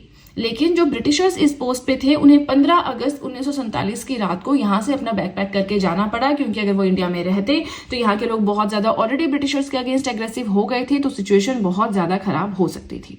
ठीक है ना, नाउ इसके बाद क्या होता है कि 14 और 15 अगस्त की जो रात होती है 1947 में, ब्रिटिश रूल इंडिया में बहुत मुश्किलों के बाद, बहुत ज्यादा स्ट्रगल के बाद, बहुत लोगों के शहीद होने के बाद, बहुत लोगों के कहते हैं ना स्ट्रगल के बाद एक तरह से हमें मिलता है। तो हमें अपनी इस फ्रीडम की बहुत रिस्पेक्ट करनी चाहिए कि हम जो चाहें वो कर सकते हैं। आज के डेट में हम जो चाहें वो पहन सकते हैं, हम सूट पहनते हैं, हम जो भी करते हैं, हम जीन्स पहनते हैं, हम कहीं भी जा सकते हैं, हम कुछ भी खा सकते हैं, हमारा मन करता है हम घूमने चले जाते। तो उस टाइम पे ये सब कुछ नहीं था, है ना, बेसिक खाने के लिए पूरा नहीं पड़ता था, वो सारा इंपोर्ट एक्सपोर्ट में सब कुछ खत्म कर देते थे, टैक्स इतना लगाते थे, जमींदारी सिस्टम था, 100 चीजें थी, तो हमारे पास फ्रीडम नाम का तो एफ भी नहीं था, है ना। अभी हमें फ्रीडम इतना मिला हुआ है तो इस चीज का थोड़ा रिस्पेक्ट करना चाहिए।